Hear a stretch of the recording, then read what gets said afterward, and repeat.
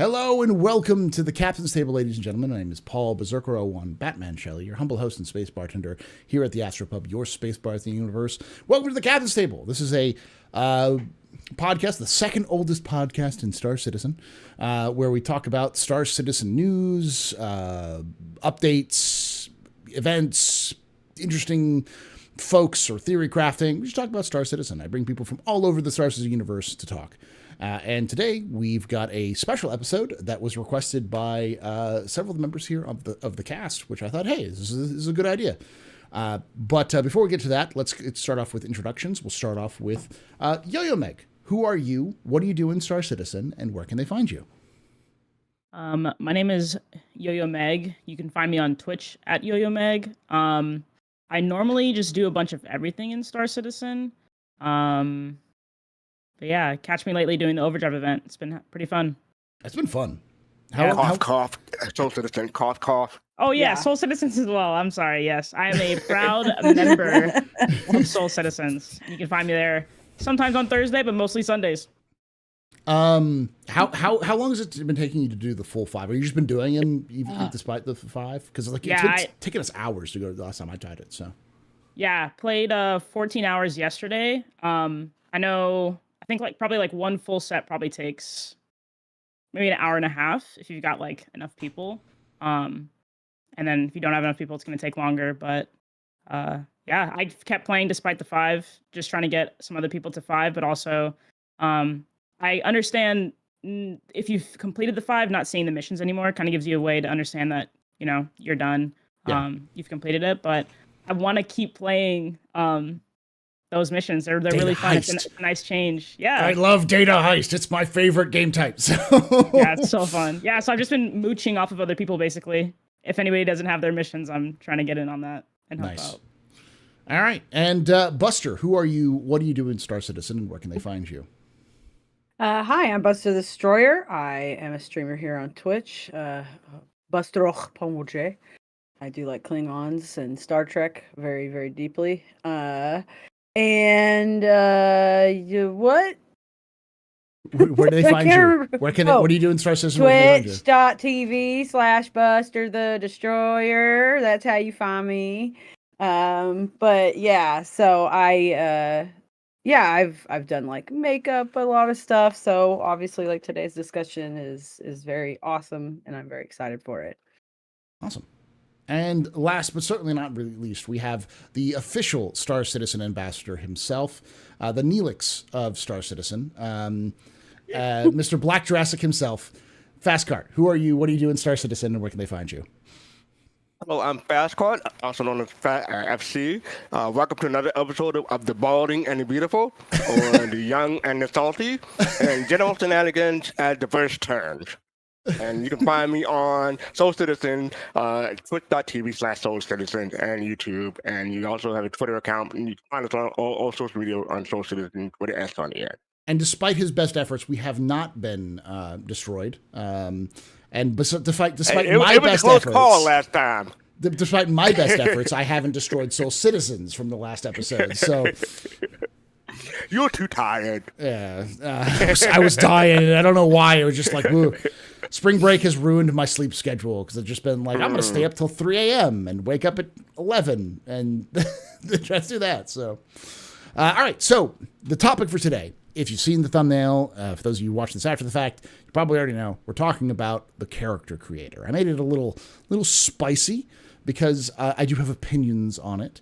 But the character creator has been a big deal for a lot of folks for years, and since CitizenCon, it's been probably one of the more anticipated features coming out of CitizenCon. That and the star map. I would say it's second only to star map in terms of what people have been hyped for it. So initial reactions from the last ISC, where they showed off more of the details and kind of had some more details to share with us as a community. What's your initial reaction? I'll start with you, Fastcart. Your initial reaction based off of it, just the general vibes.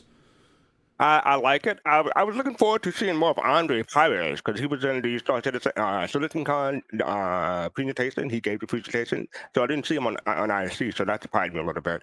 But I'm hoping that they put in the high top fade like hidden play because the higher the hair, the closer you are to heaven. That's a Dolly Parton quote, isn't it? Yeah, The higher the hair, the closer to God. Yeah. Exactly. The higher the hair, the closer to God. You mean Saint Dolly? Saint Dolly. Yeah. Oh my God. Sorry, She's got a I just had a big thought. I just had a big thought. You're gonna make Dolly Parton in Star Citizen? Yes. I've shared this before, but I'll share. Of people I want to make. Yeah. I'll share this before, but I'll share this again. But my wife worked and in college she worked at the costume shop, and at the costume shop, one of the people who worked there was a former student who lived in the area, and where my school is located is at the same county where Dolly Parton grew up. And for anybody who knows that county, it's one of the poorest counties in the nation.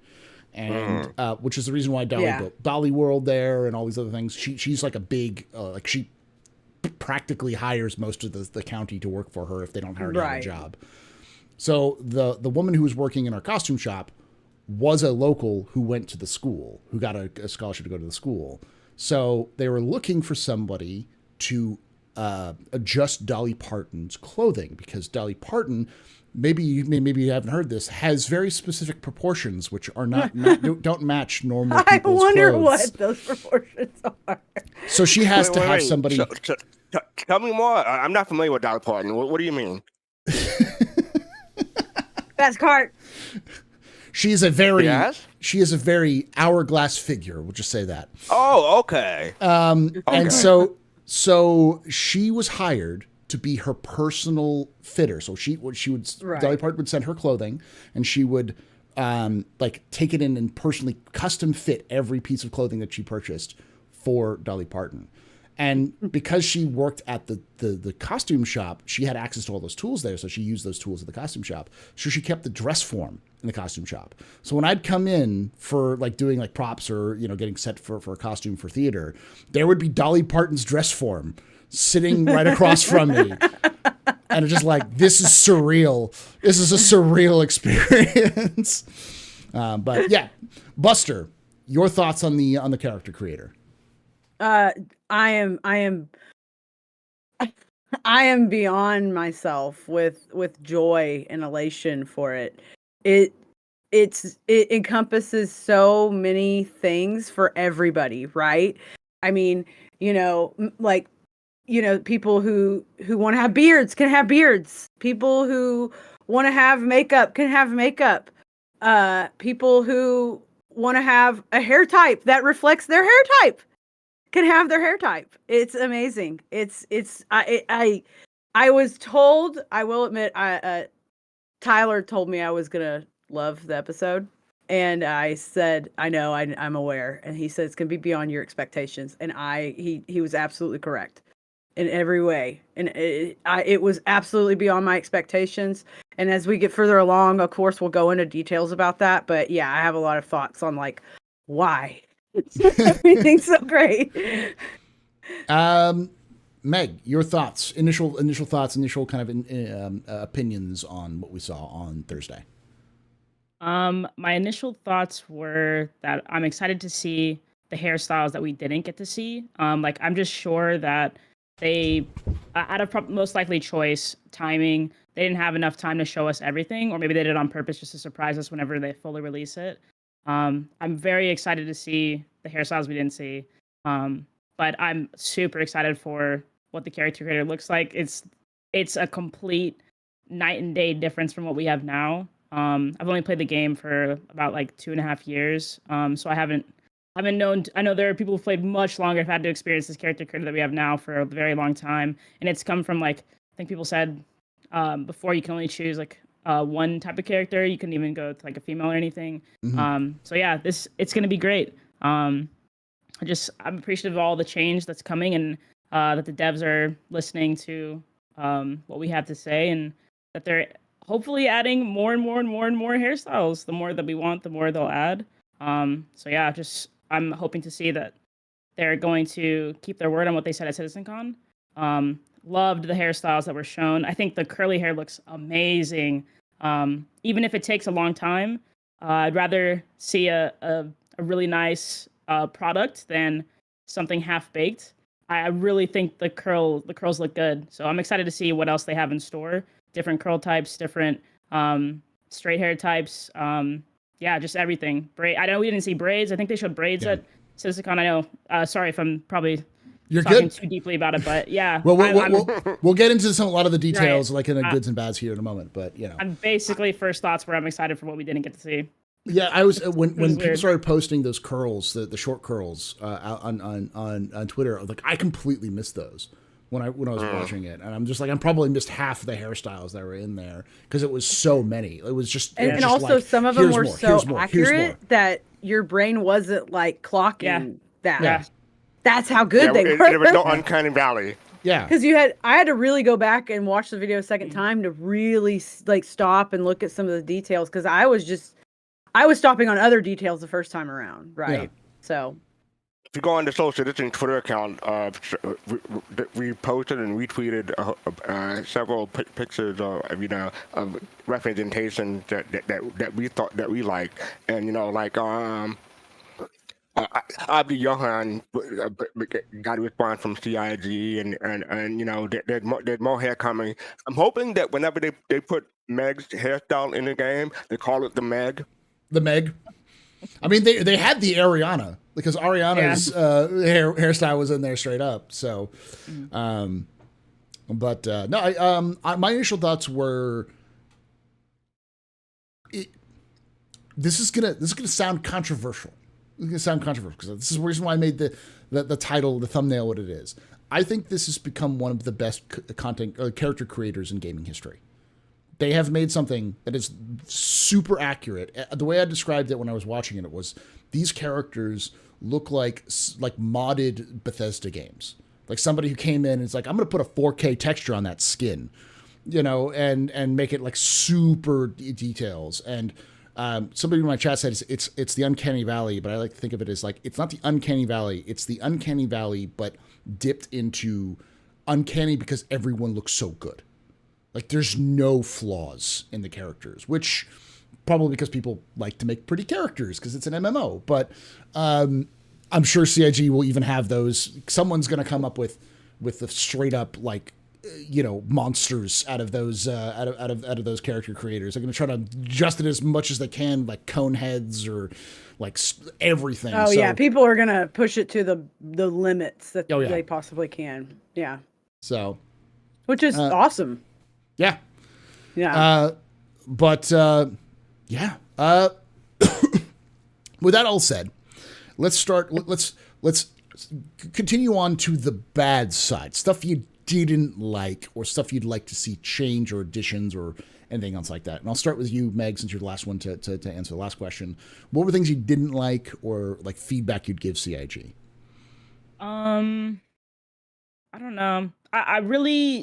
I don't think it's probably possible or something they're looking at. I don't know what this looks like. I've heard some people talk about it not happening just because of how it works with seating in vehicles and stuff like that. But the body types, that'd be really nice to be able to change, like in other games that you can compare.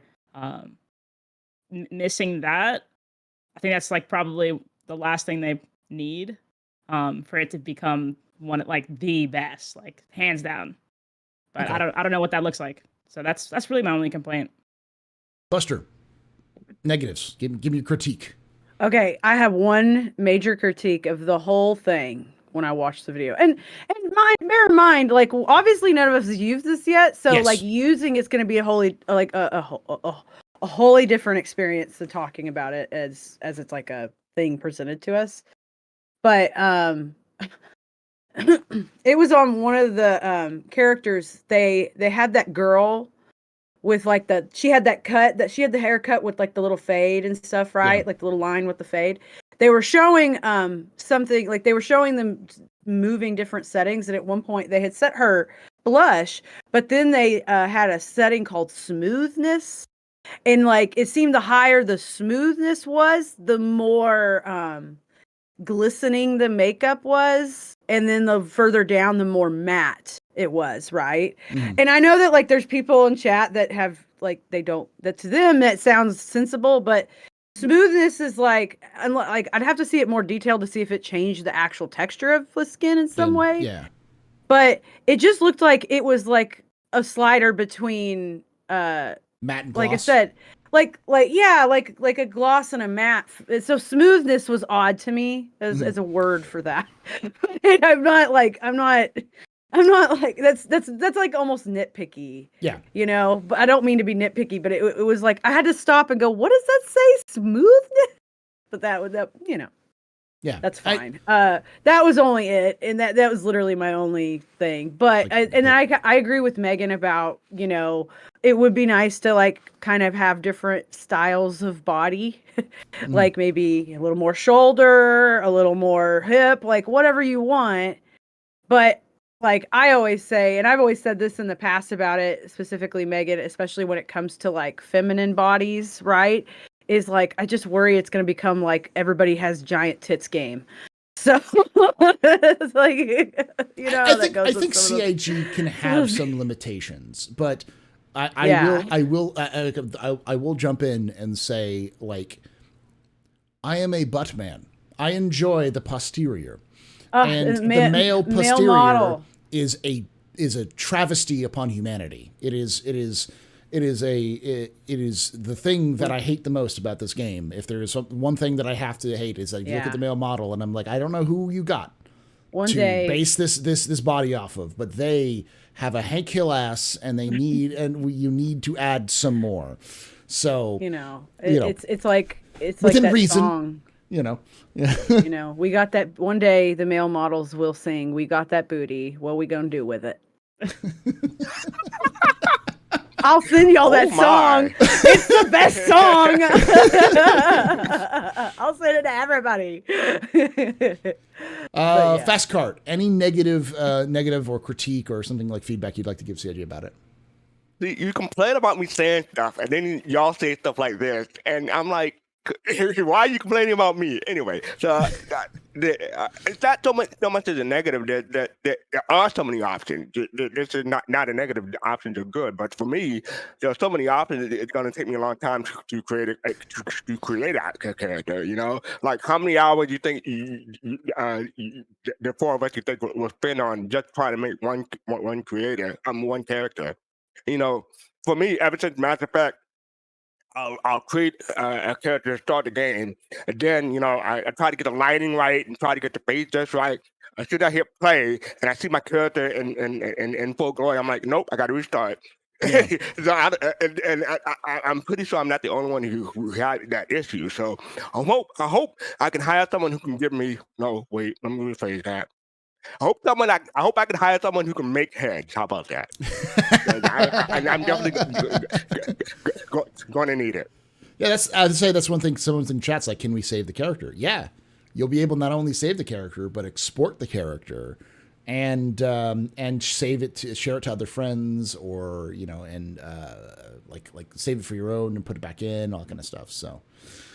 I mean, and it'd be great if someone could like make a website for it, like have different characters and upload it, so you can just you can save them to your hard drive and just put them in the game. I think that'd be awesome. This is Star Citizen. There are so many techies in this game. Someone's already looking to find that Star Citizen character creator or Star Citizen character share.com or whatever. Like, it's gonna happen. Or like make Star Citizen heads. Yeah, and so people can like download them and share them between each other. Oh, it's definitely gonna happen. It's gonna end up being one of those places where you make all of those like celebrity heads and everything else like that. So, I my only negative that I can see is that it currently is very powerful, but it seems like a lot of what they showed off lacked idle animations. Because when you looked at somebody, they didn't blink a lot, and their faces didn't seem to like twitch or move much. normally. Like, you know, people generally speaking have expressions when they move and they're talking, you know, inner thoughts or outer thoughts or whatever things that happen. People tend to faces tend to emote more even when they're just kind of sitting around. But when you looked at the characters, they had that kind of that plastic dull look where it was just like staring off into the infinite abyss when it was being cooked. So I don't know if that's just a game capture thing. Maybe it's just like they have to kind of tweak it and add more details, more animations to it. But I think that would be the only kind of downside, is because that was where it really fell into the uncanny valley, was the level of like, this looks like the bad part of Skyrim, modded Skyrim, where someone spent hours creating characters. This looks great, and then you look at him and you're like, you look like, you know, a doll rather than a human or a person. So, overall, I would say it's positive. And so, Buster, I'll start with you on this one, then I'll kind of work around. Positives. What were the positives? Give me your glow, because I know this is going to take the longest time. So. All right.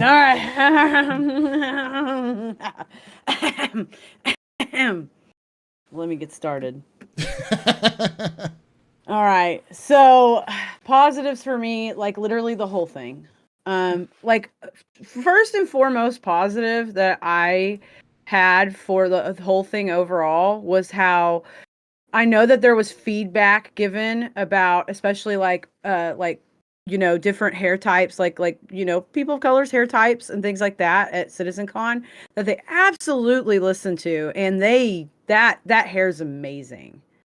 That hair is beyond amazing, and I'm highly impressed with that turnover of look, right? And then second of all, we got to see Maiden Ariana as like a model in Star Citizen. Like that made me cry. I bawled. There's a clip of it on Twitter, but I lost my mind because it was insane. I can't believe how incredibly close and how almost exact they got with really exact. I shouldn't say almost exact. They got to look like her, and they don't even have her scanned in. No, you know, they probably had plenty of reference photos on her social media to look at, but that was highly impressive. And then overall, like when it came to the makeup looks, I really enjoyed the layering in the makeup. Like there wasn't just like an eyeliner or like a shadow, but there was also like an undershadow, like right under the eye. And then that little part of the eye, like the inside corner, they even had highlights on some of that in some of the looks. So it looks like you could really achieve a broad range of looks. Like you could really do some very, very flashy, like rock star, you know, like, you know, Princes of the Universe kind of look. Mm-hmm. Or you could even do something really subtle but really powerful.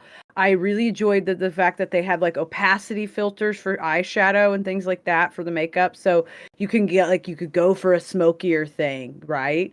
I would like to see if there's more types of like shadow looks instead of just general color with like an eyeliner and, you know, the little highlight and everything over it.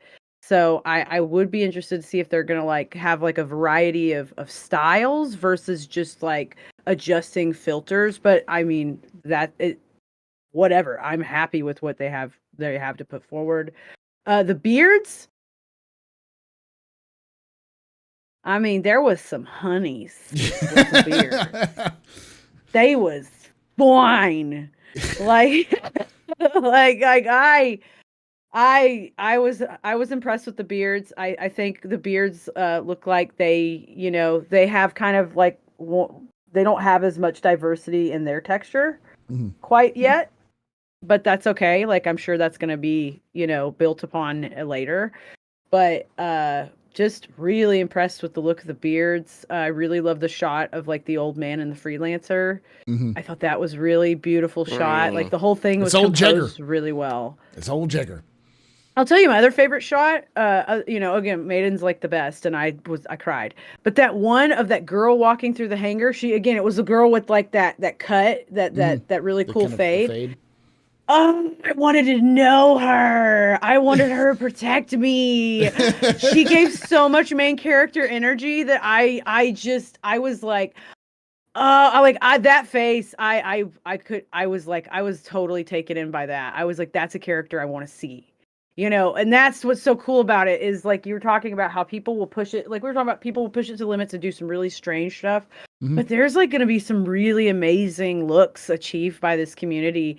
Whether they care about beards and makeup or not. I think some people in this community will like really find themselves becoming like suddenly like a character designer that they didn't expect to be, because I agree with I believe it was Meg that said it, this or Paul that said it. I think this could be one of the best in the whole industry. And it's not even finished. No. I mean, it's it's in the release stage for us for right now, but it's gonna have tweaks before it's done. I am elated. I am totally elated. I am in utter awe and joy at what CIG has achieved with this, and I think it was worth dedicating an entire ISC to, for every reason, because there's so many people in this community that now feel like there's an ability that they could actually create somebody for themselves. I'm gonna make Space Share.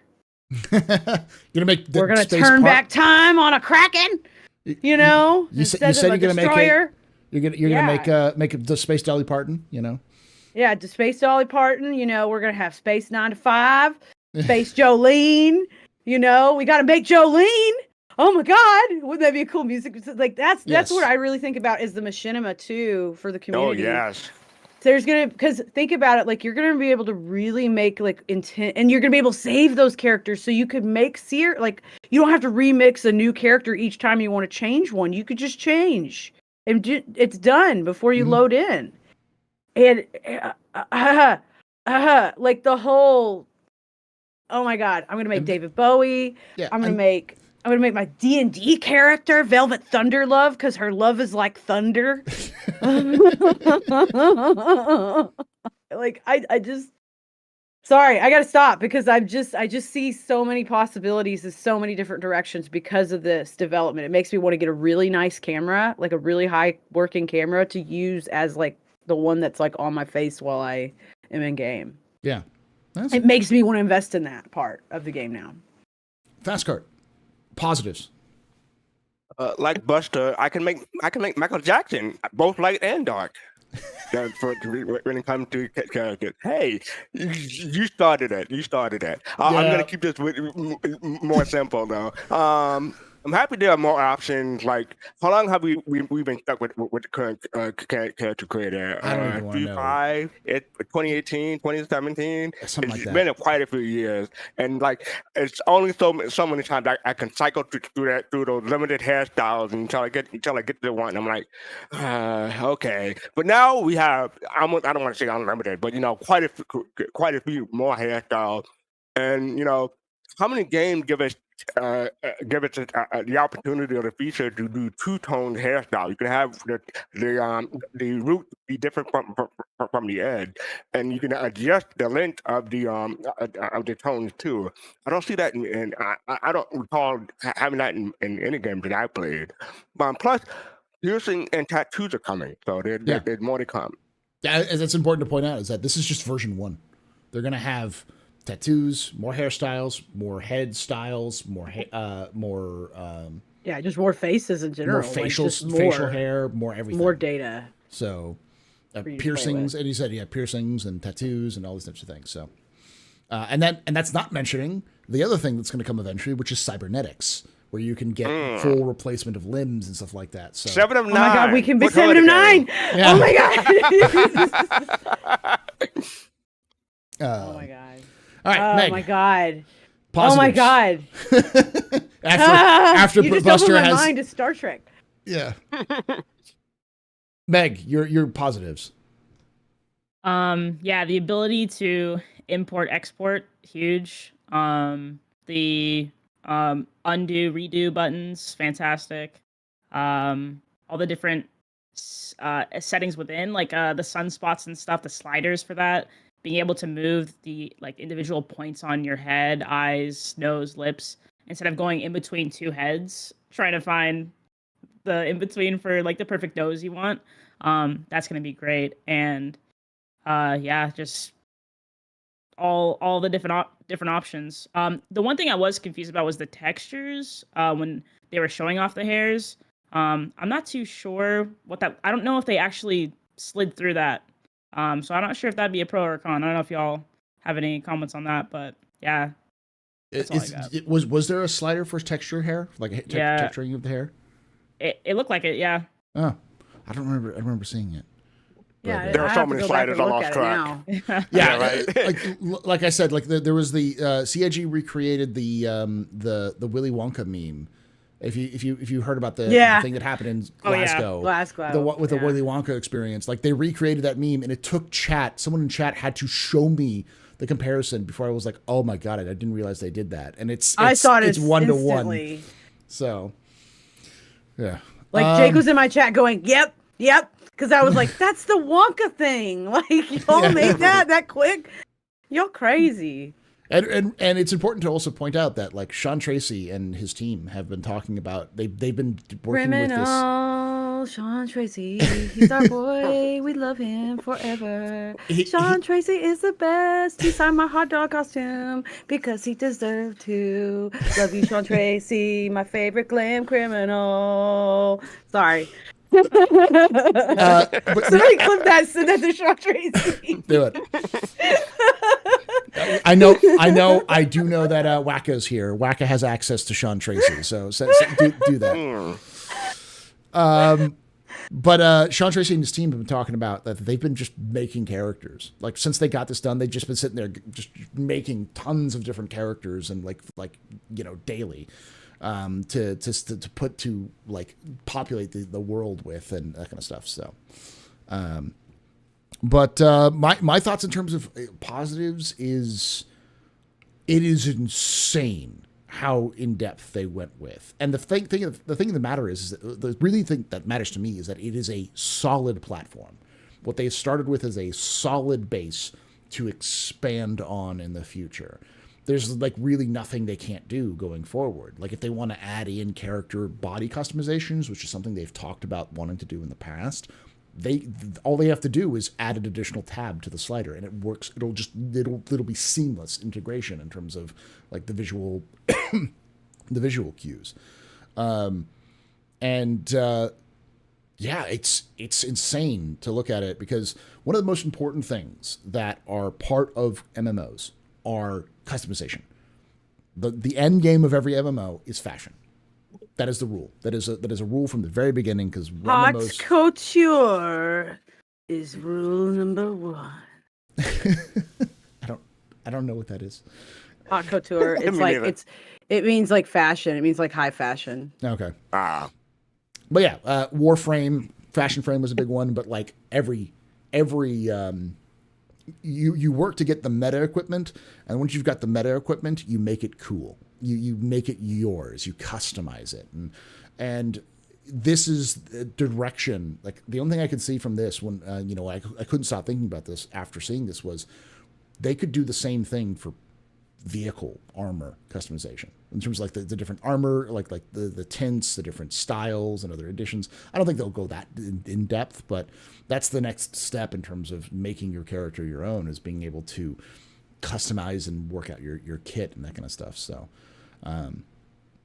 yeah. And I do think, and I think like we pointed out the Buster, you pointed out the whole, like the concern about going exaggeration in terms of exaggerated body features that they did body stuff. I think Seiji will have a limit because I think they would make sure like, but I agree. Like somebody in chat asked, when can I have a fat belly? I mean, there ain't nothing wrong with a little extra to love. Yeah, I do. I like playing thick, Citizen. I have already been very open. I love you. I have been very open about my love for the booty, and I will do, if CIG has a booty slider, I will do a straight up review of characters' booties. Like, all right, I'm gonna have to rate everyone's booty who's on the crew, and that's the rule. Why are you clicking? Why are you tempting me? I'm trying to be good here. What are you doing?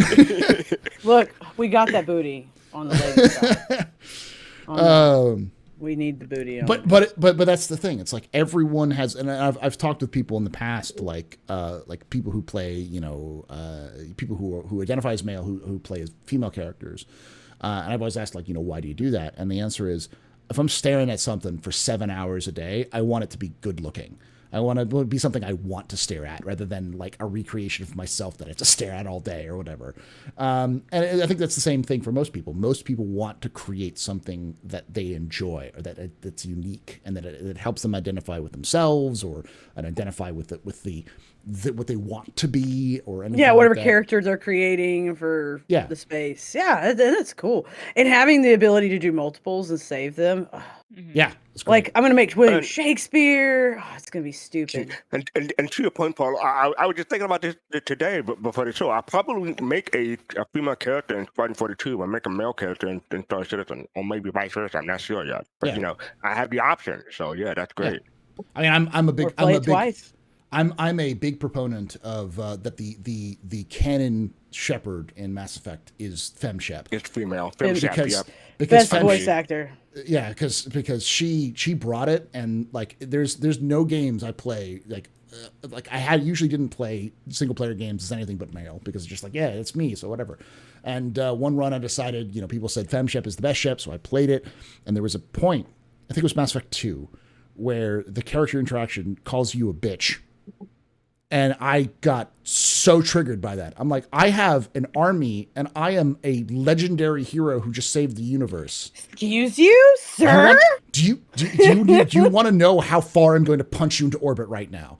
Like, and I've never felt that way in a game before. It was that moment I was just like, I'm sorry. It still lives in my brain, and that tells you how good, BioWare was at making those sorts of characters. And so I can hope that CIG is able to capture that as well. So, yeah, that's all about the voice. I think it's amazing how we're the only one, not the only one, but the game that we most referenced tonight so far is Mass Effect. So that tells you something too. Yeah, and I don't think Mass Effect had a very good character creator. Like the actual details of character creator wasn't particularly great, but for the time it wasn't bad. At all.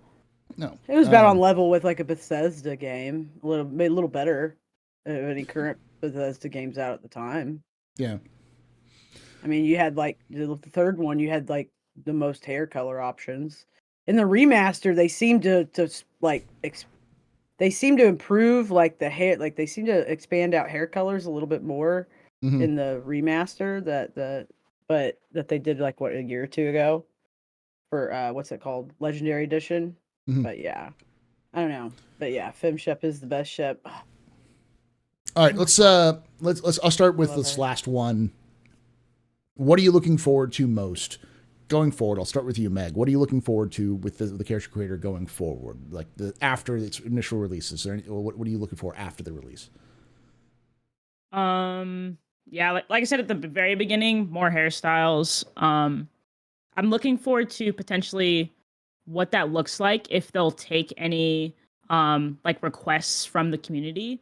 If they're like lacking any beards, hairstyles, stuff like that, or maybe I don't know. I think they didn't have it. Maybe like a slider for length of the types of hair, facial or hairstyles that they have. I think that'd be interesting too. I don't know if that adds more complexity. That does add more complexity, but that'd be cool. Other than that, I don't know what it looks like, but changing the body. I think that's all I can think of. Buster, what are you looking forward to after the initial one? Pretty much everything Megan said. And I would add on to like hair too, that I think this is something I always thought would be cool with the hair is, there's like salons and stuff. If you're ever like walking around like the promenade in New Babbage, there's like a salon, right? That's not open, that we can't use it or go into it. But it says it's like the spa. There's like two of them. There's one that's like spa and salon. The other one's spa and salon. I think it would be cool if there was like hairstyles that you could only get at specific places. You got to in go the to a game, barber too. shop, right? You got to go. You got to know the barber. Know because the remember, beautician. they want like they're talking about how like your hair will grow and stuff like that. So it makes sense to me that like down the line, like if you want to change your that specific character's hairstyle, obviously in game without going back and redoing them, like you can get them finessed up. And I think it would be so cool if there were like regional hairstyles like to planets, like in Texas, like in Dallas, we're known for having big hair, right? That's like what Dallas is about, the giant hair. So like maybe there's like Space Dallas, all right? Or there's like, so it would be cool if there was like a mix of hairstyles that's kind of unique. Like even if it's only like a couple, but it'd be cool if like I could like go to a salon and like get my character's like nails done. That's something I would, by the way, that's like future for sure. That is something I would really love in the character creator, is the ability to like have nail colors and nails. Yeah. The regional would be fire. They have that in GTA. Right. Yeah. Because like, what if you're in like a gang, like in Pyro, and they have a specific haircut they like, or you unlock it by reputation. Right. Like how many cool things like that, like in the tattoos, because why wouldn't they do it with tattoos, right? Yeah. Because like they were saying one of the gangs does tattoos.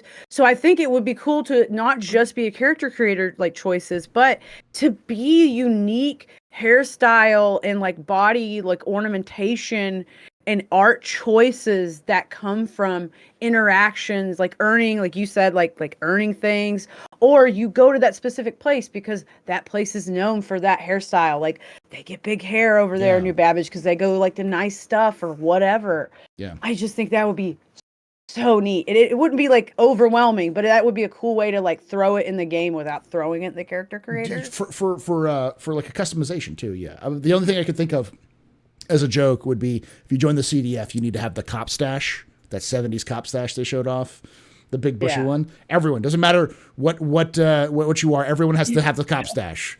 No matter how you identify, cop stash. That is the rule for joining the CDF. Oh my God, Lieutenant Dangle. Somebody got to make Lieutenant Dangle from a Brooklyn, or not Brooklyn, a Reno 911. Yeah. New boot scooting. Yeah. I'm new boot I was goofing. Or new boot goofing. But anyway, that kind of stuff, I would like it to be more involved in the game in the long run, but also I just obviously like more options, more things, like more different scars, all that stuff. Like I know that's all coming. I'm not worried about it, but in the future, that's my big thing, is like having specific areas and specific things. Fast Cart, what are you looking forward to in the future? In the future, I want to have the ability to have like a full-on 70s afro, like up to here, out to here, like whoosh, and it have like a time dilation effect. So when you turn your head, the afro will take time to turn. And I want the full-on ZZ Top beard. That's got to be coming, hopefully. ZZ Top beard. And I want to be able to recreate the meme of Sam Jackson and the undershirt looking crazy from Black State Moan. You know what I'm talking about? Yeah. I want that. But we talked about it on Thursday, and Buster brought it up. But the barbershop and salon gameplay, I'm hoping that it won't just be NPCs, but players can go in and you could be a barber. Maybe be a hairstylist or a barber. I want an experience like Coming to America with Eddie Murphy playing different characters. That's what I want. Queens. I'm gonna go with the opposite. I want the most unrealistic stuff to be into the game because it's a sci-fi game. So you should have. Like I want to see really weird sci-fi, like different looks, eye colors. I want to see like well, obviously with like cybernetics, like little. That'll add an element to it for sure. But like things like hairstyles that's impossible. Like we can't do now, but it's the future. Why not? Like they got a lot of gel in their hair. It's like the big hair from like Final Fantasy style games and or like that. Or like oh my God, who's the character? Like there's so much interesting hairstyles in what's that movie? Oh, his name's like Dallas, and he's saving the girl because she's a perfect human. Oh yeah, Fifth Element. Fifth Element. Fifth Element. Oh my God, who? Ruby. Yeah, Ruby? give me Rudy Rod, yes. Oh my or god. the Zord, I the would Zord die. half, the half haircut of Zord, you know, that or Zod, or whatever, I can't remember his name. If Gary somebody Oldman's character. did him know? in game, I would die inside. I would just be the happiest Star Citizen of all time if somebody played Ruby. Oh my god. Oh my god! I can almost do it. I can almost do it in impersonation, but I won't do it here. But Tilted Turtle, He's the best. but brought up an interesting point. Like if I get an afro, whenever you take off your helmet, it'll make that foof sound like a baseball. To make that work though, we have to have way more leopard print in Star Citizen, and there is None. Yeah. Well, you can get like maybe leopard print, please. Well, you can maybe get like an arboreal stalker print or something close to that. Oh, maybe that creature that we haven't talked about yet from that tweet from last night with the cat thing, the snake cat that you never know what that's going to look like. Exactly. But those sorts of things, I like, as much as I know people want to go for realism, I also love that sort of like off the wall creativity that you can go with like eye colors which are impossible, or like hairstyles which are gravity defying. People are gonna get red eyes. Yeah. People love red eyes. People love the red-eyed.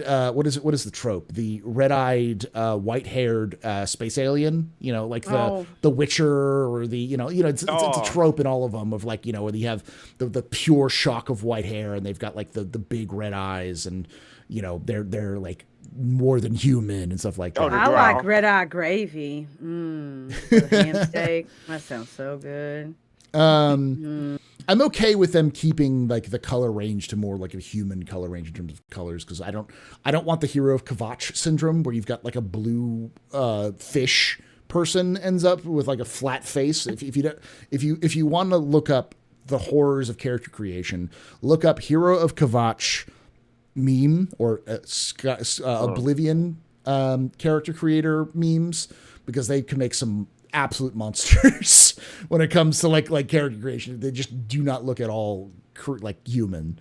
But I'm willing to like bend a little bit for some cool stuff. Also things like different accoutrements, like the piercings. You can go crazy with piercings and stuff like that. You can go crazy with tattoos, like color changing tattoos, or other stuff like that you can use. I'm looking forward to those sorts of like more off the wall stuff. But do you want to see Pinhead in the Star Citizen universe?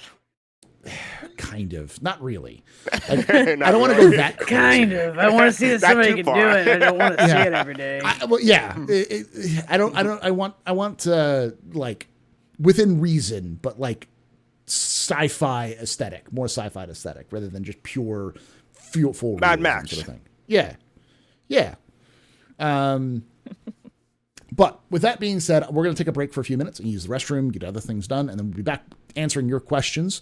Feel free and please do ask about the letter from the chairman and the creatures and stuff like that, because Buster, I know, wants to talk about some of that stuff. So don't go anywhere. We'll be right back.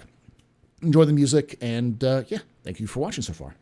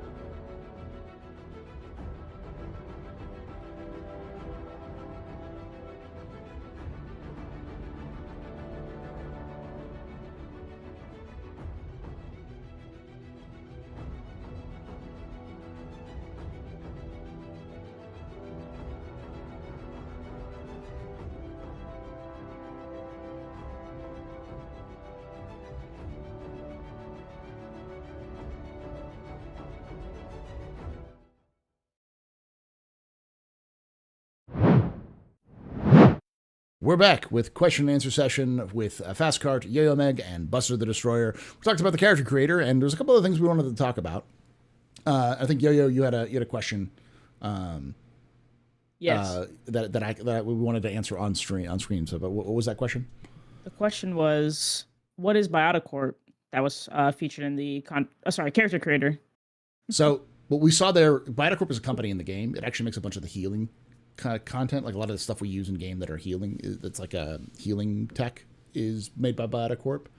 And specifically what we saw was the Calliope system, which is a system in lore which was developed originally for the military to help soldiers who had been like disfigured in combat, to give them kind of a cheap, efficient way of getting cosmetic surgery.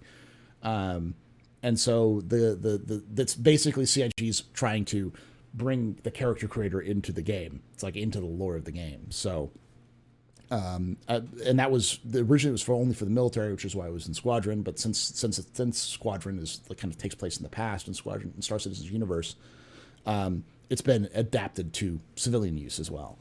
But it allows for cheap, efficient cosmetic surgery that's everywhere. So that's like how if you want to change your character in game, you'll likely have to, in the future, will likely have to go pay for it at like a doctor and have them like kind of retouch everything up, and then you can go out. So, which is kind of cool. Paul, real quick, are you sure it's not pronounced Calliope? You sure you got the pronunciation right? I used to call it Calliope all the time, and everyone says it's Calliope. It's Calliope. And it's Greek. I looked it up. It's Calliope. Don't you know you're Greek, sir? I looked it up because I thought it might be some kind of, because I know it was a muse. I thought it was something very specific. No, it is Calliope. You're right. I can't remember what she's the muse of. I looked it up. She's the muse over eloquence and epic poetry.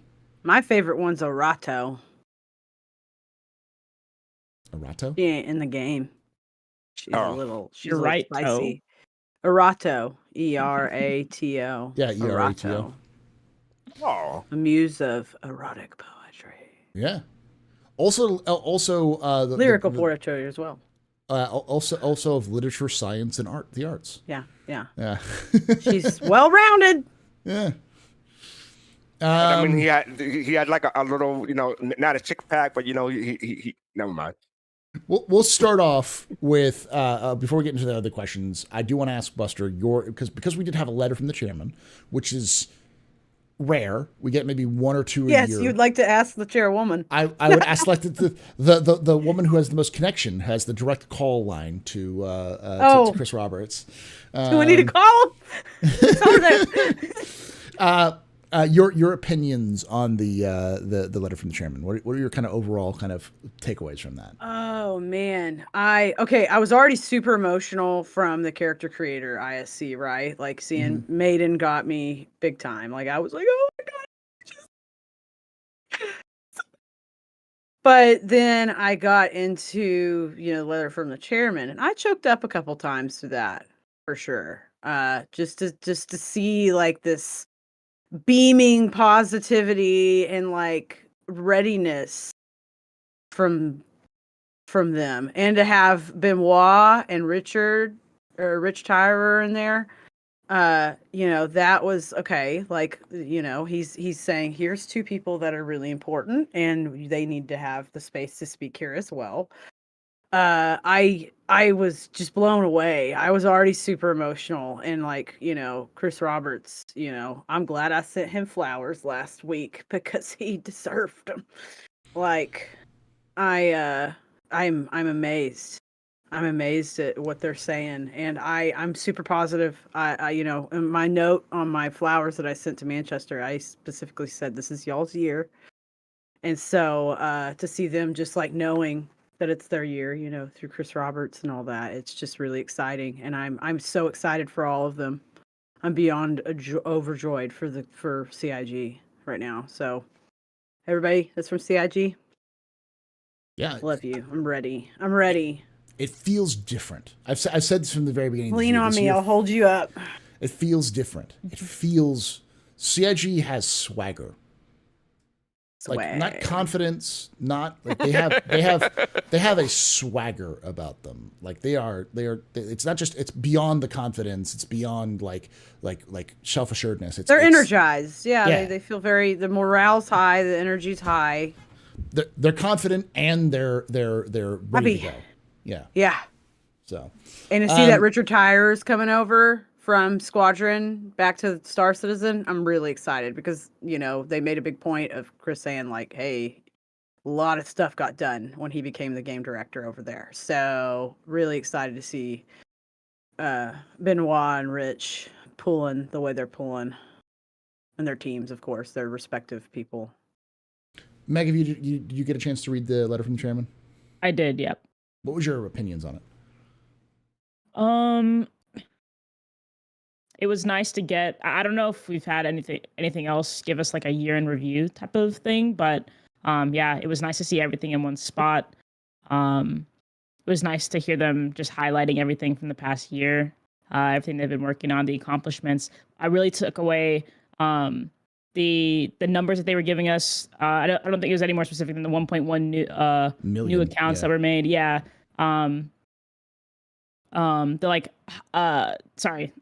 Daily average players and like monthly, just seeing like higher numbers peak throughout the year. Seeing stuff like that just gives me hope that more people are starting to play this game, or like continuing to start to play this game, which is really nice because I don't know if they need it or not, but funding is important for games that aren't backed by other big companies. And then that message about Todd Pappy, I know there were rumors about what had happened, and getting confirmation on what actually happened was sad, but it was really nice to hear that. And I'm not sure what else I took away from that, but the server meshing stuff always confused me. I feel like they explained it pretty well in the chairman's letter. I think that was it. I love getting a year in review because you forget how much came to the game or things they were working on throughout the year, because we get like, we're hyped about something and then dies down. We're waiting for the next thing. Hype comes back. We just forget. But yeah, it was a nice letter. I was like, when did we get sand caves? Yeah. I forgot about that. Happened. Yeah, so chat's just telling me that John Crew had to go to the hospital. So hopefully he's good. He apparently had to have emergency surgery. So Thanks. Stomach ulcers. Oof. Yeah. Yeah. I've been focusing on stuff, so I haven't seen any of that stuff on Twitter. But I'm glad he's healthy enough to post on Twitter. So that's a good sign. So well, six hours ago he posted about some organic strawberries. What did he do? What did they do to him? No, seriously, John Crew, we obviously wish you a speedy recovery. Yeah. Everybody, not just us, but chat as well, the whole community. Fastcart, your thoughts on the letter from the chairman? Yeah, one thing I'll focus on is they mentioned Star Citizen 1.0 again. Like I first heard about it in Star Citizen Live 2 weeks or two shows ago. First time I heard about it. So they're really going to push that, and people have a lot of questions about what that really means. They'll tell us more when they feel like it. But yeah, Star Citizen 1.0 coming soon to a PC near you, I guess. But I do have a quick question for Buster. So, Buster, when are you accepting the position for FTC event coordinator in Manchester? What? They're looking for an event coordinator in Manchester, remember? Yes, they are. When are you going to accept that?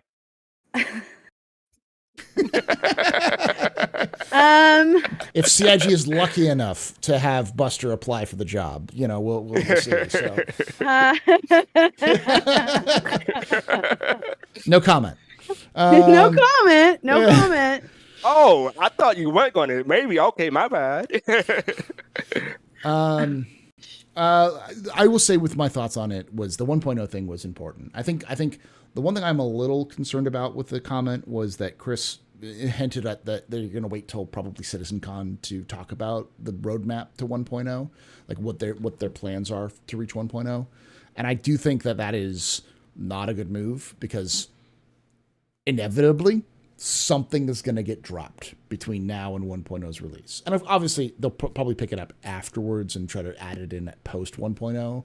But there's someone's golden goose is going to get dropped. And it's a lot better to drop that, to hit them hard with that news as soon as you have that news. And then, when it comes to the CitizenCon, you say, hey, by the way, look at all of the stuff we've been working on. And these are all of the things, not only are we planning on releasing it, but doing what they did this last one, which is like, boom, boom, boom. Like, here's this one, character creator, star map, new guns, new flight physics, all that kind of stuff. Like, hitting you with the good stuff after you've announced the bad stuff. It's a little bit better than waiting until CitizenCon to go, hey, here's a bunch of downers, but also up, because then people are just mad because their stuff got lost rather than like processing what just happened. So, but other than that, I think it was good. It honestly was a little light compared to previous ones. A lot of it was very much like a but I think that's actually a good thing, because it means that they're talking. I mean, it's light, but it also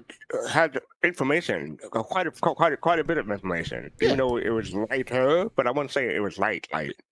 Yeah, I'd say it's light in terms of your average backer wanting to know stuff, because of things like we already knew that the jump tests were being done from Evocati, because Evocati can talk about it, and CIG had talked about the first jump happening, and like before. They talk about Mr. Trash again, which you already covered in Twitter. I will take full responsibility for allowing CIG to recognize Mr. Trash, because a lot of people got mad at me for suggesting that CIG should give a little nod to Mr. Trash, or to whoever did it first. Why did they get mad? Because they were waiting for, they didn't want CIG to acknowledge anything until the first person to do it live, they should do it, and not because it's not fair that it's Evocati, but it's like, it's a big moment for the game. It's a big development moment for the game. That's why it was important. To them it matters, and that's what matters. It matters to them that a player successfully navigated it. Sorry it was an Evocati person, but come on, y'all know how that goes. Yeah. That's how it goes. It's okay. It's fine, I think, but some people were really mad. Some people were just like, I don't like it, but whatever, it's fine. So, you know how it goes in Star Citizen. It's hard to tell with text who's people are like super serious, or if they're just like, All right.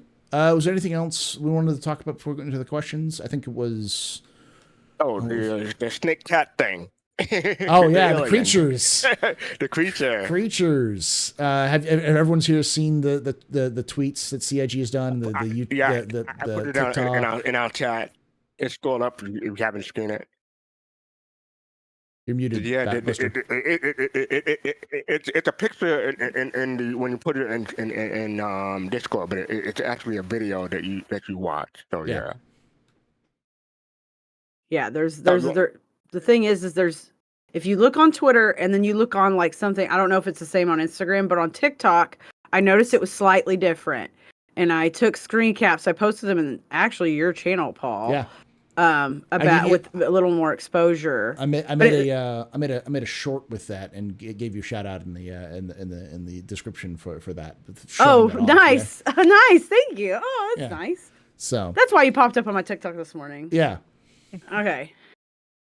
But yeah, it's good. I'll pull it up so people can see here. Just and drag it. I could do it in my screen if we needed, but I'll do just a random image. Yeah, but people are really excited, and people are saying, "Nope." It's just like that Jordan Peele movie. Nope, not going to cave anymore. I'm gonna say what I said on Twitter. Call me Ellie Mae Clampett, because I love three things. I love cement ponds, I love Star Citizen, and I love critters. All right? And wrestling. So four things. But yeah, I'm excited for that thing. It's going to be my best friend. Oh, man. I'm gonna name it. You say why that? not friend if it's friend shaped, right? I think that's the thing. I think it's like a diversion. I think they're showing us like this thing, making us all scared. But I think what we're gonna find is like a little buddy, a little buddy, a little cat, snake, snake. I put it out on the snake screen cat. so you can kind of see, so the chat can kind of see. You can kind of see the outline here. That was in there. It's very, very subtle. That's the actual capture. That's It's just the actual capture that Buster got from the from the TikTok screen. version. Yeah. So, and it looks like You see the eyes. You see the eyes. You Yeah. can kind of see the snout and the ears. I can barely see anything. That's darker than Michael Jackson. Well, there's one with more exposure. There's one with more exposure. Let me see if they can get the more exposure one. The one you posted on my Discord was a little bit more exposure. Yeah, I turned the yeah, it kind of looks like a coyote. Whatever it looks like. It looks like a cat. note for me. I'm not messing with it. When I first watched it, it looked like it was slithering up. Yeah. Yeah. So I think it's a snake. I'm calling it. It's space snake cat. Well, it looks a lot like the crotch dog. So, Okay. do you remember the I don't know crotch what that dog? means. Who remember that? Excuse Oh, that's a good exposure. Yeah.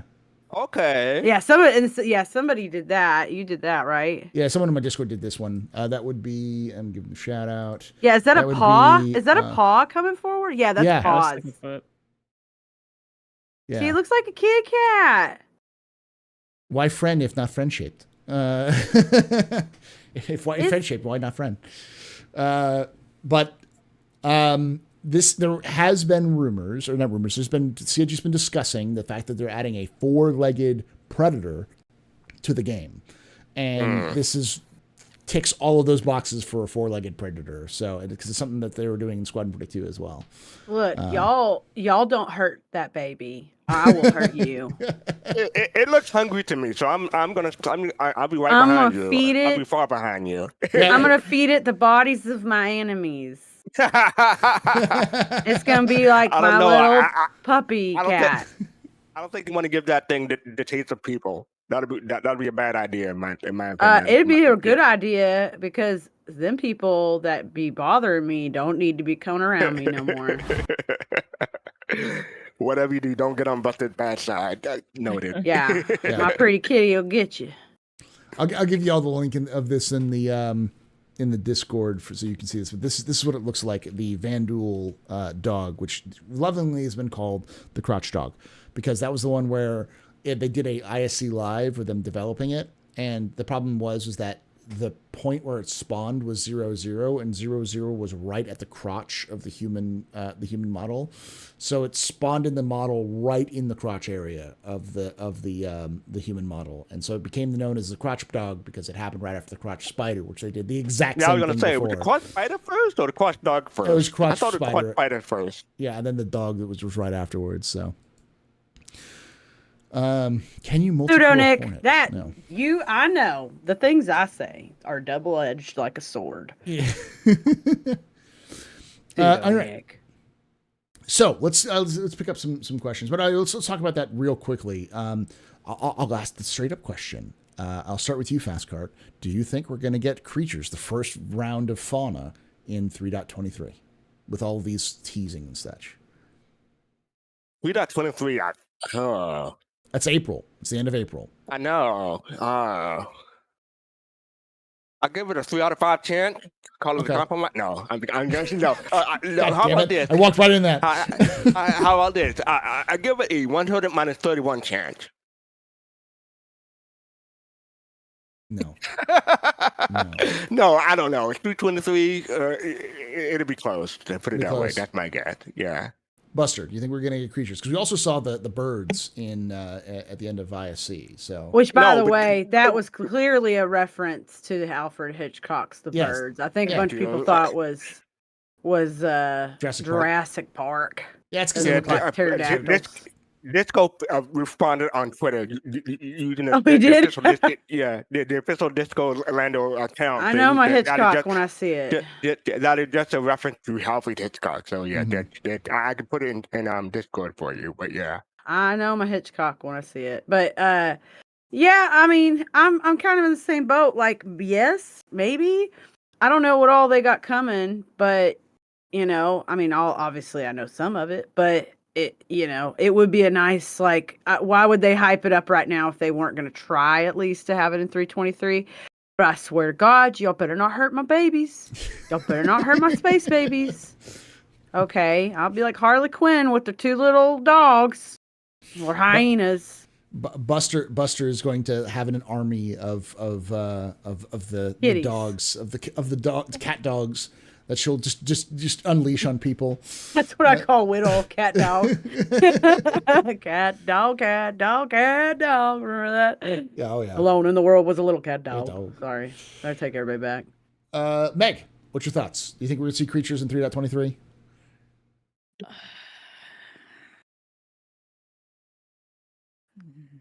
I really want to say I hope not, because how? Like, there are so many things in 3.23. But like I've been saying this. I am never again going to doubt that there's more than that they are working on that we have no idea about that could come. So like, they like to surprise us when they can.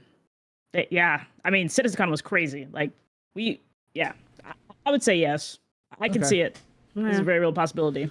I'm betting on them having Boyds in 3.23, and then a 3.23.1 or something like that. Like whatever the Invictus patch is, they'll drop the bigger creatures because that's a heck of a marketing thing. Be like, by the way, we have cats that live in caves now. Like. And birds that will steal your food. I still think if they get those big birds in game, they need to steal your hot dogs. If you have food out, they just need to swoop down and just steal your hot dogs and fly away, like seagulls do. Anyone who's been around seagulls knows that bastards will steal food right off of your mouth. You know? Seagulls don't come around me. They know I eat. I said it. Or if you've played Ark, there's a specific bird that will steal your stuff. Yeah. So I posted a couple of links in Discord and in chat. The first one from Discord Lando said, he promised that this had nothing to do with Helldivers 2. This is an Alfred Hitchcock the Bird reference because I am old. And the second response was, the Jaws is an all-time favorite, but there's already a Hammerhead poster parody in the Verge. So we've been trying to repeat ourselves. Yeah, we're trying to avoid repeating it. Yeah, avoid repeating themselves. Where's the Star Trek posters? Where from the movie posters or Indiana Jones posters? Yeah, you got those. Indiana Jones one, I thought. What is the best Star Trek poster though? The Journey Home. Yeah, that's the best movie. That's the best movie. The Voyage Home. The Voyage Home. Best. Yeah. That's the best Star First Trek Contact was pretty good. That was really good. Yeah. We better not get on this conversation because there's a difference between good and favorite. Yeah. Okay, so my favorite, and you can no longer say the even one anymore because they're all good. They all have their merits. Star Trek 5. The Undiscovered Country is the best one. My favorite's the Voyage Home. I think the Voyage Home, the poster is great because it's got the bird of prey. It's got the whales. It's got, if you look at the poster, it's them kind of posting up there, and then it's got the bird of prey, and it's got the Golden Gate Bridge and in the background. I was born in San Francisco, so I'm a little biased towards that, seeing that, but it's a really good image. But all right, good old Star Trek. Let's get into the questions, shall we? Yeah, what y'all got? First question comes from Gin and Tonic, who asks, "What percentage of the population do you think will build misshapen beast Quasimodos for their characters?" 100%. I think everyone will at first. I think everyone will make at least one that's like a ridiculous monster person. What do you think? The question becomes, is it on purpose or by accident? I'm probably going to do it by accident. That's fine. What do you think, Meg? Oh, yeah. I love doing that in Ark. I know a lot of people do that in Ark, so definitely. I will be partaking. I'll do at least one, but if I'm doing a crazy monster, I'm going to go to like a classic movie monster, like Boris Carlyle kind of stuff, and makeup-y stuff. Yeah, stuff that looks like it's intended, not just I hit a slider all the way to the left or the right, kind of thing. I'm probably going to accidentally make a Nosferatu vampire type thing. I don't know. I'm gonna make some old old stars. Like I definitely want to make Guy Williams and maybe like who's Errol Flynn? Oh my god, that would be so much fun. All right. Next question comes from Gin and Tonic, who asks, Fast Cart, where did Black Jurassic come from? What? His You nickname, want to take Black this Jurassic. one, Paul? You do the story better than I do. So there was a question and answer session where it was like your name is whatever your color your shirt is and whatever is next to you. And it was one of those questions that we usually don't answer. So like it was asked and I was just like, yeah, whatever. And we move on. And Fast Cart, without thinking, immediately said, Black Jurassic Park. Black Jurassic World. Black Jurassic World. And it was just like, what? And he pulled it up because he had Black Jurassic World just sitting at DVD. It just came out. So I want to see Black Jurassic World. That sounds way better. Well, Buster, talk to me after the show. We'll talk. I was joking. I was thinking, what's his name? Nope and Get Out. Jurassic Park Peele? remade by Jordan Peele. Jordan Peele. He would nail that because that man is insane when it comes to his filmmaking skills. So, but yeah, so he just said Black Jurassic, and we just lost our fucking minds. And so it became the joke of he's Black Jurassic now. And for your note, CIG officially made him an ambassador to Star Citizen. So he is the Neelix of Star Citizen. Which he holds his tongue when I say that because he doesn't like Neelix. But he was an annoying character to me. He got better later on, but he was an annoying character to me. He had his moments. I just like being called Black Jurassic because of the initials. Makes me feel good. Because of the initials. Yes, I get it. They're Mr. Jurassic. Disappointment on your face, Buster. I love it. Gamers can't read, so no one will know what that joke is. So. I can read. I'm a reader. We got a reader over here. All right, so I'll ask this first one for this next one for Meg first. Once our characters become more locked in and we can't just change them at main menu at a whim, should they allow us to be able to visit a plastic surgeon, barber, etc. in game to be able to change everything about our characters at any time for UEC? What do you think, Meg? Do you think it's a good idea? I think we kind of tackled this already. Yeah, I love that idea. Two off the top of my head that you can do that now, I feel like is Cyber. Why am I forgetting the name? Cyberpunk 2077. Cyberpunk and Starfield. Those are amazing. I hope we get that. Kind of like what Buzz was talking about earlier, whether we're tinfoil hatting or not. Yeah. Yep. Being able to. I didn't even think about that aspect of it. Just totally reshaping. Yeah. Like maybe certain places aren't available in places like Pyro, so we get disgusting haircuts or really edged up trash, or just gross stuff in your hair. Yeah. Oh. The gel is what are those sea nuts? Sea nut dew. Yeah, sea nut dew. They have some kind of stuff that like it looks like apricot jelly to me on top of the sea nuts. Mm-hmm. So maybe it's gel. that gelatin. My only question is how much UEC will they charge for those It varies depending on the quality, right? We don't know what the economy is going to be like. So are they going to charge us an arm and a leg, or will it be something more reasonable? It'll probably be more reasonable. Yeah. Can I have that job myself? Right? Can I do it? Yeah. So what is it called? The docks, the Ripper Dock. Yeah, Ripper Dock. Yeah, Cyberpunk. But yeah, no, I think it would be. I think it also would depend because I think that's one of those things where it doesn't have to cost much, but if you have certain hairstyles or or like piercings or other things that are locked behind reputation gates, that's more fun to me. It's like play the game. Exactly. Or is that something that they would just keep in Squadron? Like, what's the point then of like importing and exporting? Because importing and exporting for now makes sense if you just want to like start up a new character or something like that. So they would just like if you make a character now, you can import into Squadron. Well, Also, maybe if you wanted to, like, if you just want to use the basic character creator stuff, but if you wanted to get the details, like you want to get the cut that only comes with like the headhunters or the piercings that you get from the fire rats or whatever, like you have to like go in there and do that. Yeah, so makes sense. And Walker makes a great point. A lot of MMOs charge real dollars for you to change your character in game. I don't see CID doing that, but hopefully not. But that's another revenue they could do if they wanted to. I do truly hope there is like looks and things just locked behind gameplay or going to certain places. Like in some way, it's locked behind gameplay. If it's an easy gameplay, or if it's like really like you really build a reputation with a gang or with something.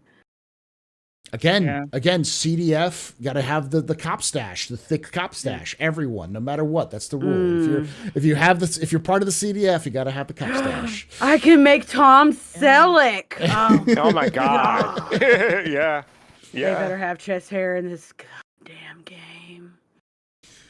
Sorry. All right. Buster, same question. Do you think? I think we're all kind of in agreement that like being able to pay for some changes would be a good idea. Yeah. All right. We could cover it. Nova asks, what was your first ship, your favorite ship, and your dream/holy grail ship? I'm gonna skip this one because it's asked all the time, and we have 20 questions to get through. Oh, really? Okay. Yeah. So, I'll do a quick answer. First ship was a starter, right? Like an Aurora.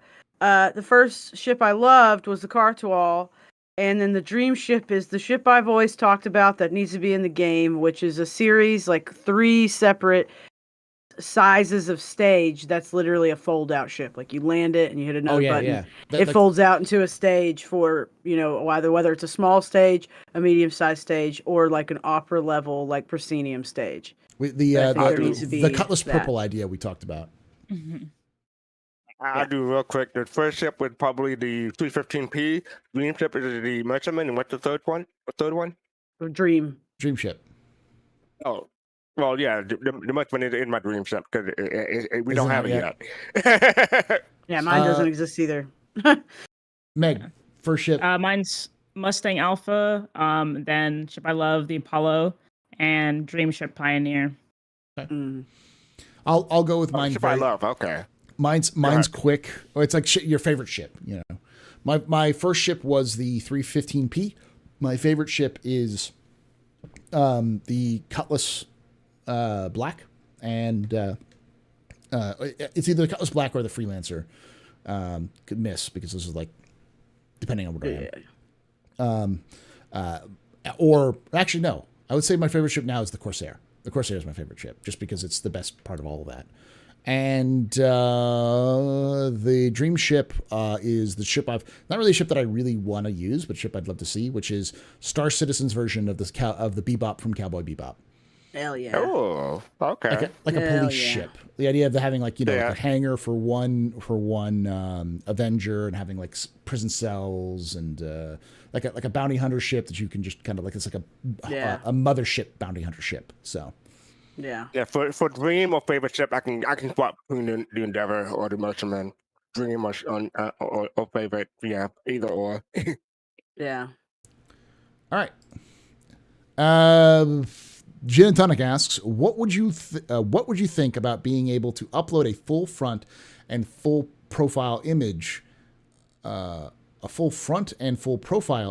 being able to use those character creators to sculpt a face? So like your picture of you. We can upload a full Monty? Is that what they're saying? So you know how some games you can like take a picture of yourself and you can like put it onto the character? Like an overlay kind of thing? Oh god, no. I'd want to just make me. Yeah. That's more fun. It's more gameplay. And those never work well, I don't think. I mean, it'd be kind of cool if there was a way it tries to like kind of figure out the settings based on a picture, but I wouldn't want to put my freaking picture in the data of a video game. I'm good. Unless like they asked me to, that would be different. But like me uploading it from, I don't want to have to upload it from my computer. Everything's on my phone. Well, so someone brought this up on Thursday. So we have voice over IP, then we have face over IP. How about body over IP? No. Full motion? I mean, they're going to do full motion, yeah. God, I would love that. Yeah. Especially with that new floor, that little like that thing that Disney developed, that little. Oh yeah, Have you the seen volume. that little mat? Yeah, Yeah, that the volume. where you can walk any direction. No, that wasn't the volume. Yeah, I know what you're talking about. The Disney, the former Disney. Oh yeah, the Disney thing. Yeah, It's like a Disney. He's a it's called Disney a volume. engineer. That's what they call it. But yeah, that little mat where you can walk in any direction, and it looks like like they can use it for filming. Obviously, it has applications for.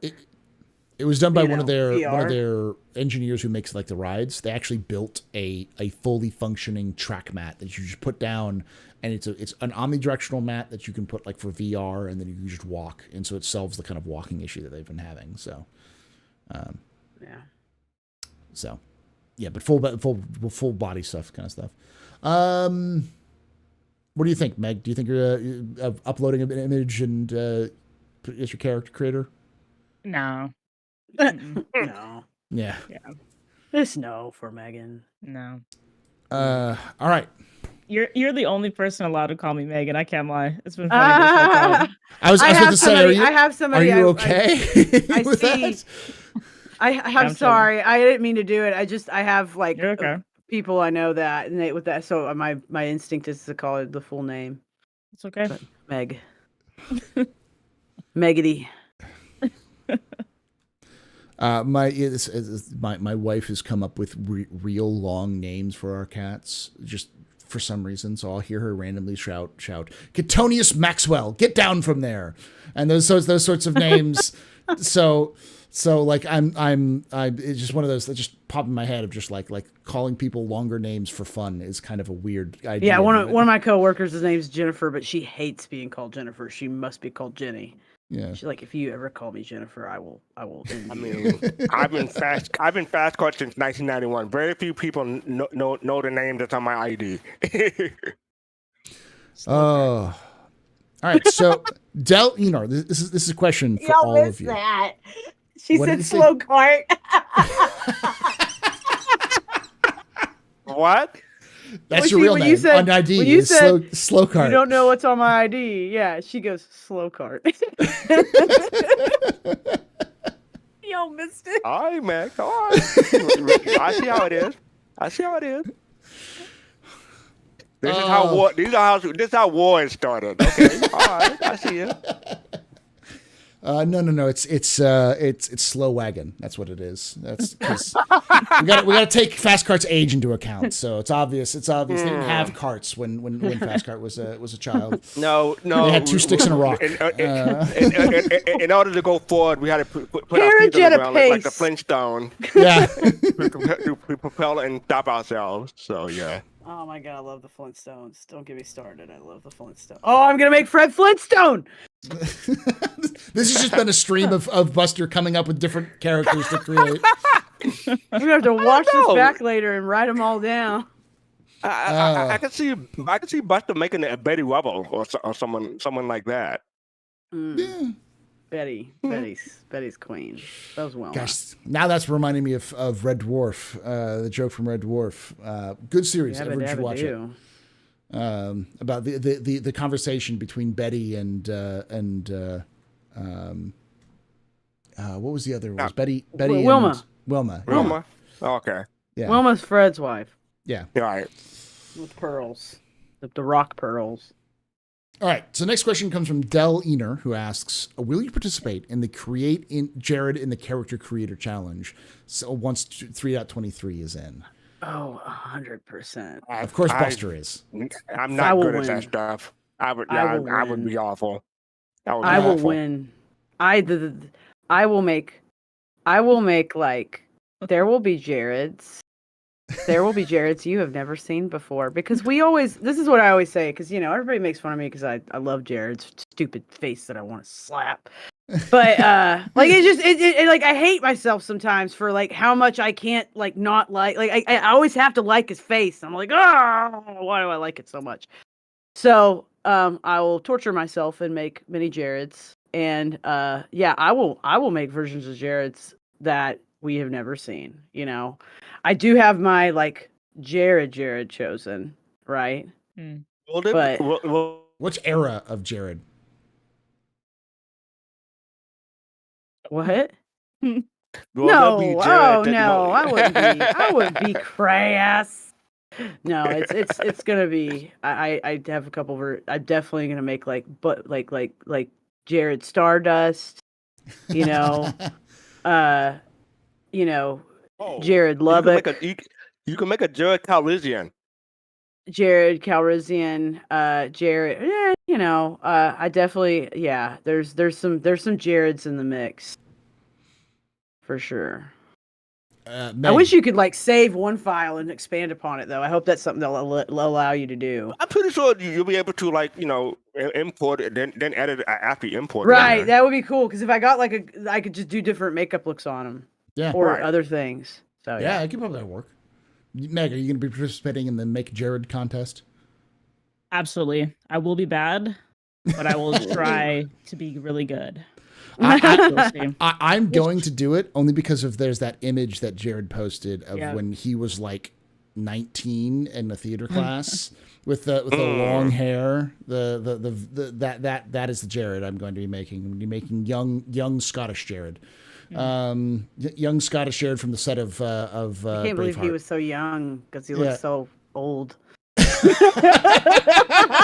At night, I mean, for a night, he looked older than 19 at 19. So, all right, let's move on to the next question, which is Gin and Tonic, who asks, with being able to save files and share them, how many clone orgs do you think there will be?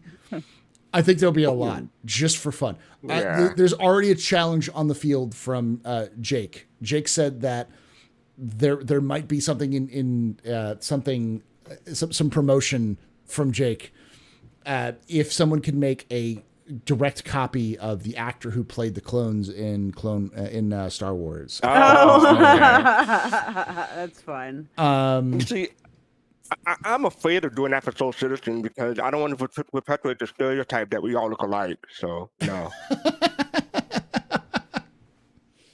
Timura, to make them and have an org of called the 501st. Of all Timuras. All right. I think there might be a couple just for the memes, just for the memes to have everyone looking look the same. All right. Northern Trooper asks, do you think we will have the option to change our appearance again down the road, or we will stuck with creating it? I think we all agree that we kind of cover. Yeah, we hope there's going to be abilities too, for sure. Okay, this is a good question. Would you rather Sean Tracy did character creator or Theaters of War? Look, it's Glam of War now. Okay. Everybody true war shut up. Fashion. Shut up, because Master Modes is like we have such in Arena Commander right now. Like if Theater of War is still being like worked on and all that, like slowly yet surely, that's fine. But at the end of the day, there's plenty going on in Arena Commander right now. Like, no. I mean, sure, I don't care. I was the little hot dog crying in Sean Tracy's embrace at CitizenCon, telling him how important it was that to me personally and many other people, how much the character creator matters and how much like the effort that they're putting forward into making such diversity in looks and all that is like really, really, it's really meaningful to a lot of people in the community. It may not be meaningful to you on an individual level, but that's okay. Something doesn't have to be important to you for it to be important to other people. Yeah. Also, something to add. I don't think any of us talked about it, but it might seem small, or maybe a lot of people didn't notice it, but it's huge that they moved from male body type, female body type to body type A, body type B. Yeah. Yeah. Yeah. Because it's just a body. Because it's been in the community, or they told us like, in order to have the skeletal rigs and rigs so everyone can sit in the cockpit and different chairs and stuff like that, they all have the same body type. So this is very big that they have different body types now. Yeah, and the fact that just A and B is fine because they everything can be transferred back and forth between both of them, and it's great because it means more creativity for players. It means players can make what they want to, and there's no real identification other than just whatever you want to make. Because that's right. It's as far as Theater of War versus character creator for me, definitely. Yeah. I'm a big fan of Theaters of War, but Theaters of War it was a tool to create, combined arms warfare, which they can do At a time where there were creators in the space making a big deal. Like that was when we only had 50-person servers, and we had people like Rexzilla filling servers up with an entire org. And that was the first time somebody was really doing that on a regular basis in the community. And I think Theaters of War, I feel like that was probably something already, but they were trying to like speed it up or something back at the time because there were more people in the space like making it popularized to do that kind of warfare. I mean, so, completely. Oh, go ahead. Well, I was just going to add, like, with the servers the way they are now and the way things move forward, I honestly think, like, as Arena Commander shores up more and more, we're going to get it. But also, at the same time, like, there's so much you can do in game with 100 people or less, with on your own without, like... And again, I hope it comes around, but I'm not holding my breath and I'm not worried about it. Personally. And I was going to mention, like, oh, go ahead. The last question for Meg, it was the same thing. Would you rather have had the character creator or Theaters of War? Character creator. Yeah, I figured that, but I wanted to make sure we had everybody. Yeah, my bad. Yeah, 100%. I was just going to say, like, Seeds of Orson is almost a Theaters of War substitute, almost. It was a Theaters of War map. We know that for sure. They've admitted it was originally a Theaters of War map, and then they transferred it into being a Star Citizen event. But that was they're chopping up aspects of it and making it all into Arena Commander. That's fine. Whatever. Yeah, let them do cool with that. And they'll eventually kind of evolve it over time. So yeah. All right. It's not over, everybody. It's Jover.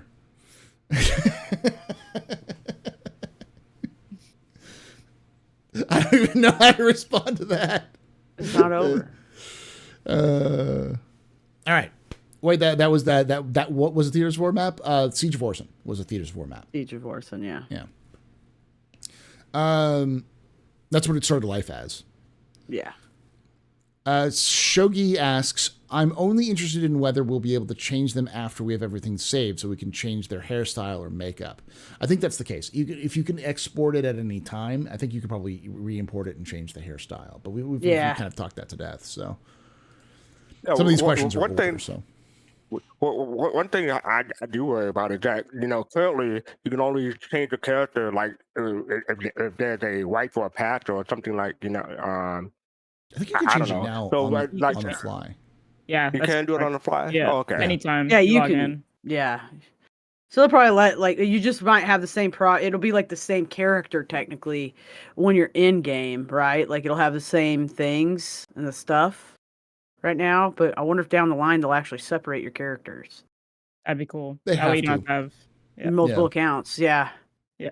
They have to, because like there's no way I'm being called the AstroPub, in casual conversations on a planet. It's got to be a name somewhere. So, I mean, especially if this is old news, but a character, a game package was supposed to be a character for account. You have like 5 game packages on your account. You can make like 5 different characters, but each one would be like a 10 or a if the main character died, it'll go to your next of kin, which will be on your account. Yeah. Well, I don't know. I hope that I don't want to have to own multiple game packages to have like multiple different characters I log in as. All right, we've got 14 more questions. Del Ener asks, will there be more and more? There are more and more hints that CIG is going to be putting animals into either 3.23 or sometime this year. What animals do you think we'll see most? And what would you want to be able to would you be able to customize them if you can own the animals? Ooh. I mean, my personal, because I know all of the different creatures, I want to see the pyro crab, because the pyro crab, now known as the whip crab, not work in progress crab, but whip, like, because it's got these little tentacles that whip. Work in progress crab. Okay. Is because it is a hive creature that has like a mother who's gigantic, and it has babies which are little, like that are a single, like 10 feet tall or more. A classic science fiction gaming trope. Yeah, and wonderful. And that sounds like a great gaming moment, because they infest planets. So you have your planet, you're building your little hut in the middle of nowhere, you're building your little base, and like and then all of a sudden don't let them get on your ship. This horde of bugs just start crawling up to you, and it's like, I got to take care of these bugs, and you got to get your friends together and fire railguns at giant bugs that are killing your base. You know, I'm ready to see a storm wall. I'm ready to be flying around an Orison and just be surprised by one cozying up next to me for a minute. Meg, what do you think? What are you looking for? Space cows. Yeah, cows and grazers. Meg, are you going to be one of those players who just goes on tipping cows? Is that going to be you? Yep. We'll have Tipping rodeo. cows, okay. Meg and I are gonna run the rodeo. Yes, Get that 8-second ride, girl. Oh, you see that one bucking over there? That's my meanest one. Ain't one cowgirl or boy or them ever got an 8-second ride on it. It's got a bounty on it now. That's actually a real thing. That's how rodeos work. What? Bulls compete. The longer a bull goes without somebody getting a ride on it in its career, it gets a bigger bounty. Like, I had a boss who owned a bucking bull that was so mean that it had a $2 million bounty on it. So if some cowboy had been like at a rodeo and riding, and even if they were like down like in the tournament side of it, the tourney, the brackets, if they had got an 8-second ride on him, they would have instantly won $2 million from him. Dang. Yeah, look, Long profession over here. Exactly. If anybody, we all make it, like, let's get together and get some ranches and get some bucking bulls. I won't say what I've seen sell for very, very, very high dollars, but it is genetic material that produces more cattle. Yes, I know of these things I have a wife who's a farmer, so I know if I've heard of these I love things. talking about rodeo. Sorry. Fast card. Yeah. What are you waiting for like animals? My real answer would be a dog or a wolf, but my joke answer would be a miniature burial stalker or a sandworm. You just walk behind you as you're walking around in the station or your hab or whatever. So a baby stalker, a tiny little Wookiee, a tiny little Wookiee walking around with you. Nice. All right. Next question comes from Elwalk, who asks, how long would you be satisfied with a static server planet like Benoit described as an intermediate stage? Wait, say that again? So right. I have to process that. Sorry. So the way that servers are allocated in server meshing is servers can be any container. So like a planet is a container. So you can a hub or a city, yeah. They're all, even your ship is a container. So whatever they decide it is. So they can attach a server to any of those containers. And so one of the things they had the idea of was making every planet its own server, so that if you were going from space to ground, you would just be able to transition from space server to the ground to the planet server. And the question is, like, how long would you be satisfied with that sort of static server per planet? How long will we be satisfied with what? With a static server per planet. How long, like, of not moving on to the dynamic stage? Because I don't understand the question. I won't answer it. Meg? Well, no? I was going to say, like, I would be satisfied for about 4 hours, because after 4 hours, it just gets tiring, and then you probably have to see a doctor. So, 4 hours for me. I didn't say it. I've been good. Yeah, wrong crowd.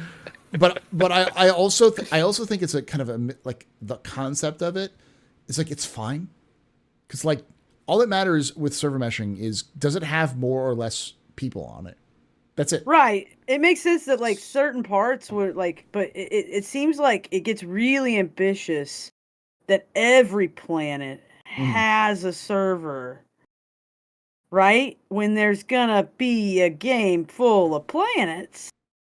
Yeah. I don't understand, like, I get like why, okay, the high traffic areas need more support, right? Like more localized support, like they need a server of their own. But I don't care. Just make a good game. I'll be satisfied with whatever they want to do. I don't know why I have to be asked that question. Make it work. That's all I care. Any opinion? I feel like it's definitely going over my head. I'm definitely with Buster. I just be playing the game. I can't lie. But yeah, does that mean like, so as soon as you leave a planet, you're in a different server?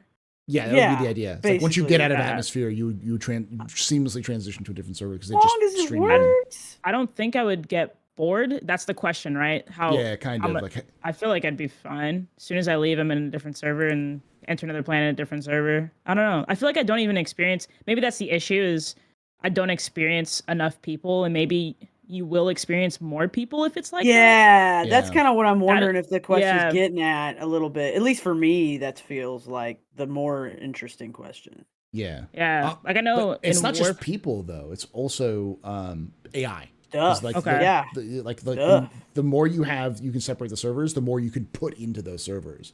So like right now, all of Stanton is one server, and it's like millions, if not billions, of entities. So having one planet have the entire basically have everything that Stanton has in terms of entities in it is insane detail. So I think it'd be cool as frick. If there are 100 people, I don't know what that would look like if it's 100 or less, going in and out of New Babbage, like the spaceport, instead of it's just you flying out, seeing actual activity, people waiting for hangars. That'd probably be annoying, but I feel like it'd be cool. Yeah, I was gonna say that when the game gets to that point where you're at you're actually needing people to get the hell to their hangars and get their ships out. yeah, That's gonna kill me. I'm gonna be so annoyed at people. Oh, Yeah. so I do hope there's some kind of limiting to an instances like Hurston, Immersive. right? Yeah. Okay, there's 600 people on this server and 100 100 or I just hope it doesn't get so crowded in servers. Buster, I'm gonna say that my prediction is you're gonna have to stand in line to get to the ASAP terminal to call up your ship. I mean, we eventually. experienced that before. I think that was Xenothreat. The last time Yeah. we had Xenothreat, it was really bad. It was like that. Yeah, where you couldn't land because everyone was parking it up because everyone was trying to get their Yeah, it's setup gonna be there. a nightmare. I really hope that there's some kind of I don't know. I don't know. I don't know the answer, but that's gonna be crazy. I am don't wanna deal with it. sadistic. I am absolutely sadistic because I bring it on. I'd love to be able to. Oh yeah, I will go- find ways to be entertaining. I will lose my To mind if myself I go and to others. Area 18 and I call it and they're like, you're keep holding pattern there, pilot. You're number 17 in line to land. I'd be Baby, the only thing I want to wait in line for is a meal, a very good succulent Chinese meal at my Fast food favorite. space. That's the only place in town I will when I go to I'm oh yeah, table for two, and then they're oh, it's gonna be a 45-minute wait. Okay, I I'll will wait. sit here because this is a delicious place. I will wait 45 minutes to even have the ability to order food here. That could push more gameplay for things like Starfarers, That's true. refueling instead of needing to wait for gas. I'm waiting Also, for, it could push more ground gameplay. It could, because that's the other thing, you right? Is when we've always talked about when when this game releases, there's always been that question: are they going to keep selling ships to new people after the backers, right? Mhm. They've been backing it. So that's if the game, if some of the people starting the game after release are going to be kind of pushed into actually playing and doing things on ground before they even have the opportunity to buy ships, or they have to get with people and ask, hey, can you let me on your ship to go do missions with you, enforce more community gameplay. I don't know, that seems, I don't know, there's a lot of questions to be answered for me to be satisfied. I mean, I missed this, but in my younger days, I had line waiting for me. And I was that popular. I'll tell you, at CitizenCon, there was a huge line to the men's room, and I was walking in the ladies' room, and I was like, gentlemen, this is not a reality I'm used to or have experienced very often. luxury. I hope that I hope that you now understand, and I will say that I now understand your convenience. Yes. line. How nice it is. Oh, it was great. It was wonderful. There was a meeting in the men's room. That's all I gotta say. There was a meeting in the men's room. I just hope that I just don't want to wait at an ASOP terminal for 15 minutes. All right. Del Ener asks, thoughts on CIG moving away from gates at jump gates? Because So What? up to now, if you remember the 2019, they had like a physical gate that you would see Right. like a ring, and they're now moving away from the idea of having physical rings and just having like wormholes you open and close. Think Star Trek Yeah. Deep Space Nine. You know, you just open the wormhole and it just opens up and you go through. It's fine. I don't care. It's great. It looks great. But I didn't they think just like release a picture of a jump gate that was circular the other day? No, they used it as an image on the letter from the chairman. But That's what I'm saying. Okay. yeah, that's an old Right. It's an old old jump gate concept. concept Yeah, art. Yeah. So Getting away from what I'm- we think it's going to be like now. yeah. Yeah. Whatever. So it's Who not cares? it's not like DS9's wormhole, but like my only thought is DS9's wormhole is great. Yeah. Like that was 1990s technology. It was there I'm when sure you needed CIG Yeah, CIG.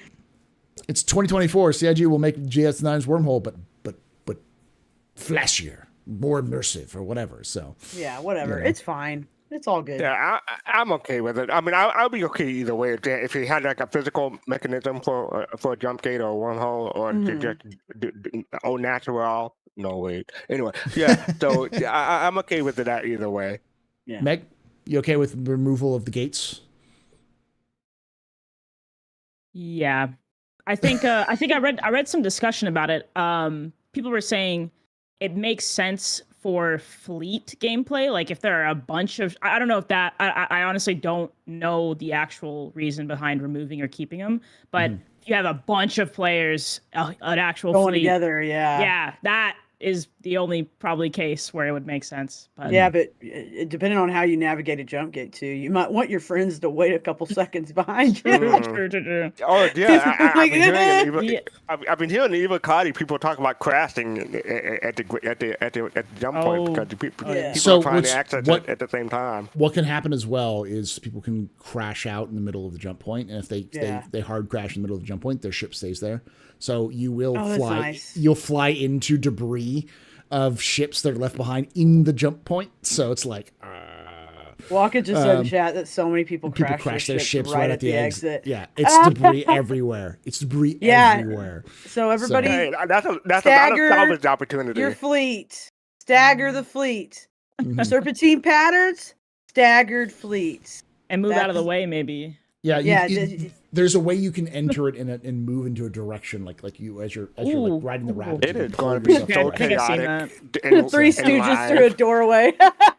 It is going to be so chaotic and live. I can just see people salvaging, just having the salvage ship just ready for all those crash ships. It's going to be very profitable for your salvager, I think, when it goes live. I'm okay with it. I mean, one of the reasons why I was okay for them removing at least the gate between Pyro and Stanton is because, like, the logic behind it. Pyro was discovered in like the 2600s, and Stanton was discovered in 28,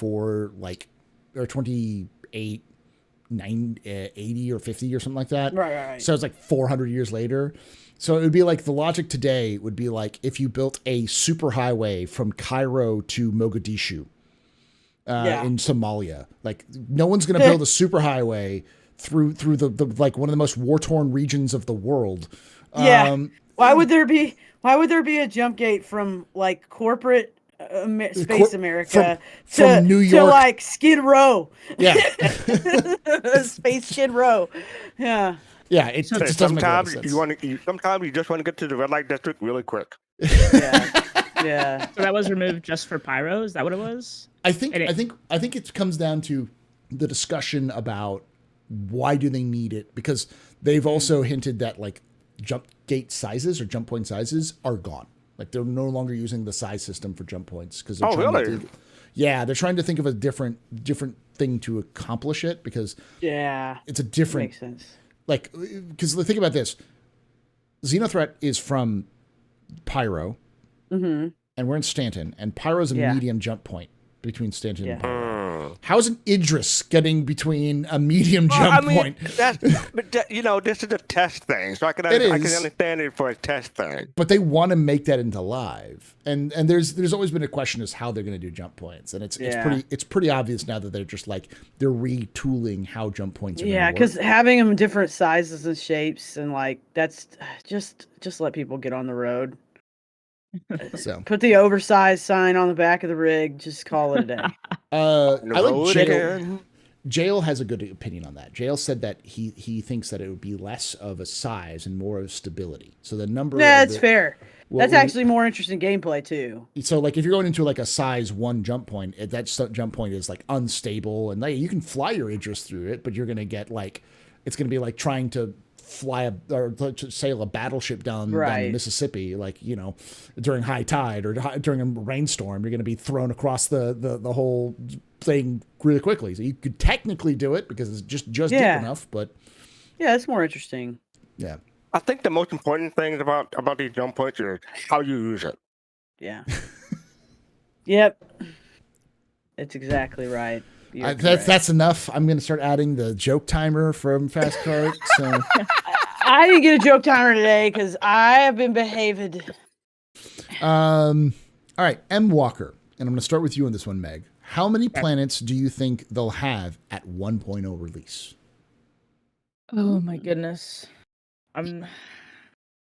Wild guess. Oh, Let's go. Come on, pull it out. There's an addendum. The person At least 6 to 9. Systems. Oh, he said systems. Systems. Yeah, you meant Systems. Systems. Okay, yeah. How many systems? He meant Six say to nine. systems. He said planet. 6 to 9? Yes. Did you just fast cart me? I'm gonna say 69, not 629. I didn't do it, Paul. I didn't do it. Maybe 88, maybe 99 or 86. 42. At least 3 or 4. I'll be honest, like for real. At least 3 or 4. I'd hope more. Maybe. I don't know. I don't know what that looks like 1701 to create whole systems. I think it really depends on if their AI tech that they're developing for Planet Tech V5 is done, because that's the one that's going to use like machine learning so that they can just like tell the AI, build me. These are the ideas of what we have. You know, this is the planet idea. Put that information, and the AI goes bet, and then spits out a full planet for like on its own. Like, we don't know how long that is. If they're able to get that done, that'll probably change the full generation of planets. Either way, like they're always gonna hone it in. They're always gonna take passes. Like they could make the smartest planet builder in the world for their game, but they're still gonna want to go through and like, here's a little zhuzh there. Yeah. Artistic touch, artistic integrity. But it's always not maintain it. It's not just a planet building process though, because like it's the zhuzhing. Yeah, it's the like we just see with Pyro. Pyro is interesting because it's a system ruled by gangs, and they're like, we know like 6 or 7 gangs that like kind of. It's got flavor. It's spicy. Each of those gangs are going to give different missions, and they're going to have different mission givers, and like there's different personality types. Exactly, and all systems are going to have that for interesting gameplay. That's what we're looking for. Yeah, character. Everything's got to have its own character. And as Doomgummy said, fleshed out systems are empty sandboxes, and I think there's a place for some systems to be empty sandboxes. Oh yeah, totally. But totally, there should be. That's valuable. Yeah, because then people can set up bases. People can do farming. They could people could kind of players could create their own hubs. Mm-hmm. Yeah, Meg. Yeah, I was just gonna say I'd be happy with just the systems that we have connected to Stanton. Those being fleshed out. For you said 1.0? Yeah, the 1.0, the release version that CIG wants to do. At least those, and then like probably, you know, like empty what we're talking about, just added on or flesh out as well. But if it's a sandbox, call it undiscovered. Then there's plenty of systems in Star Citizen that are discovered that are just abandoned because they don't have material value. Star Citizen trash. Star Citizen is a capitalist dystopia. There are systems that have no value. Spoiler alert! It's Space America. There are systems in Star Citizen which don't have enough value for large corporations to mine, so they just have been abandoned. So there might be a handful of people who are living out in the middle of nowhere, but it's mostly people just like, not worth it. So, yeah. I mean, for me, No Man's Lands. I'm hoping for maybe 8 systems, but you know, I'll be satisfied for anywhere between 3 to 5. Call it a compromise instead of 8. Not 9 to 5. I Dolly Parton. I think for sure we have Stanton, we'll have Pyro, I think we'll have Nyx, and then we'll have Odin,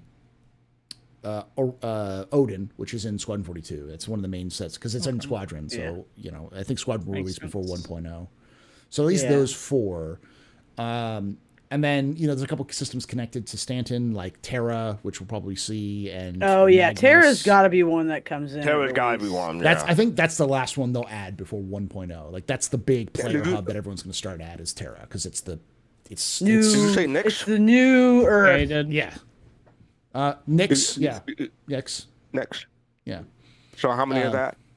Well, if we have Magnus, Stanton, Pyro, Nyx, Odin, and Terra, that's 7. I hope they add Hades. Or 6. Yeah, I'd love to see Hades. Yeah. Hades has the original Hades art, concept art is really great, and and the lore behind that system is really awesome. So, and it's of course the home of Venefica, the greatest of all poison witches. So just to be sure, this panel, you don't think we'll see Sol, the solar system? No. In 1.0? I don't think. I bet Sol would be something that they'd spend a particular amount of time on because planet Earth is a very detailed place. Yeah. And they've got to pick where do you land on Earth, and how accurate is it when you fly around Earth, right? Because that's a lot of planet. That's a lot of reality to build out, and also to edit because it's 900 something years in the future, right? Yeah. So I'm hoping for Sol because I just want to see Uranus. Yeah, agreed. Be a great place to visit. Thank you, Mag. Thank you, Mag. There is a full video I've seen about. It's so stupid that we call Uranus because it's the Greek name where all of the planets are named after the Roman gods. Instead, it's the Greek name for a Roman for God. So somebody had to have thought that was a funny joke when they named it. Whoever that was, I hate you. I know you're probably some Italian from the 13th century, but you knew what the fuck you were doing when that happened. It's just some Italian being like, "Fuck you, future." This is a joke. They probably just pronounce it Uranus instead of the way we pronounce it. So I don't know. Yeah, Ornos gave us Aphrodite. They are correct in chat. Yeah, there we go. So, which is Venus too. Venus came from Uranus. Is that what you're trying to say? Why isn't it called? If it's called Aphrodite, if Uranus is Aphrodite, yeah, it's Greek. Then why is it called Venus? Because isn't that the Roman? Yeah, because all the planets are named after the Roman gods, and the Roman god for version of Uranus is Caelius, which is the name. Yeah, so some Italian. Cerulean. Well, you're right. Yeah. Some Italian was messing around. Yeah. Italians. So it would have been Caelius, but Caelius is also where we get the name for Carillion, which is Cerulean for blue. It's the god of the sky is what Caelius was, because they use a hard K in Latin rather than the soft C, a hard C rather than a soft C. I just want there to be a planet that I live on in Star Citizen called Bacchus. There you go. Or Dionysus. There is a Bacchus. There's a Bacchus system. And you know who runs the Bacchus system? That better be a baller system. There better be a lot of... Do you know who runs it? Great. Me? The Banu. Oh, okay. So that makes sense, actually.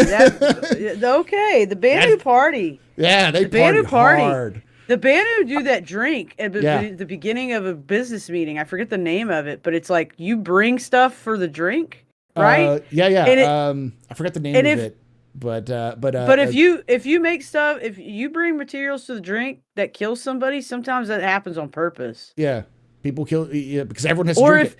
If if it tastes bad to everybody in the group, then it's like the sign of a bad business deal, because that's what it's like a tradition. It's like a Ferengi thing almost. Yeah. Yeah. Anyway, I know we're not going to get this.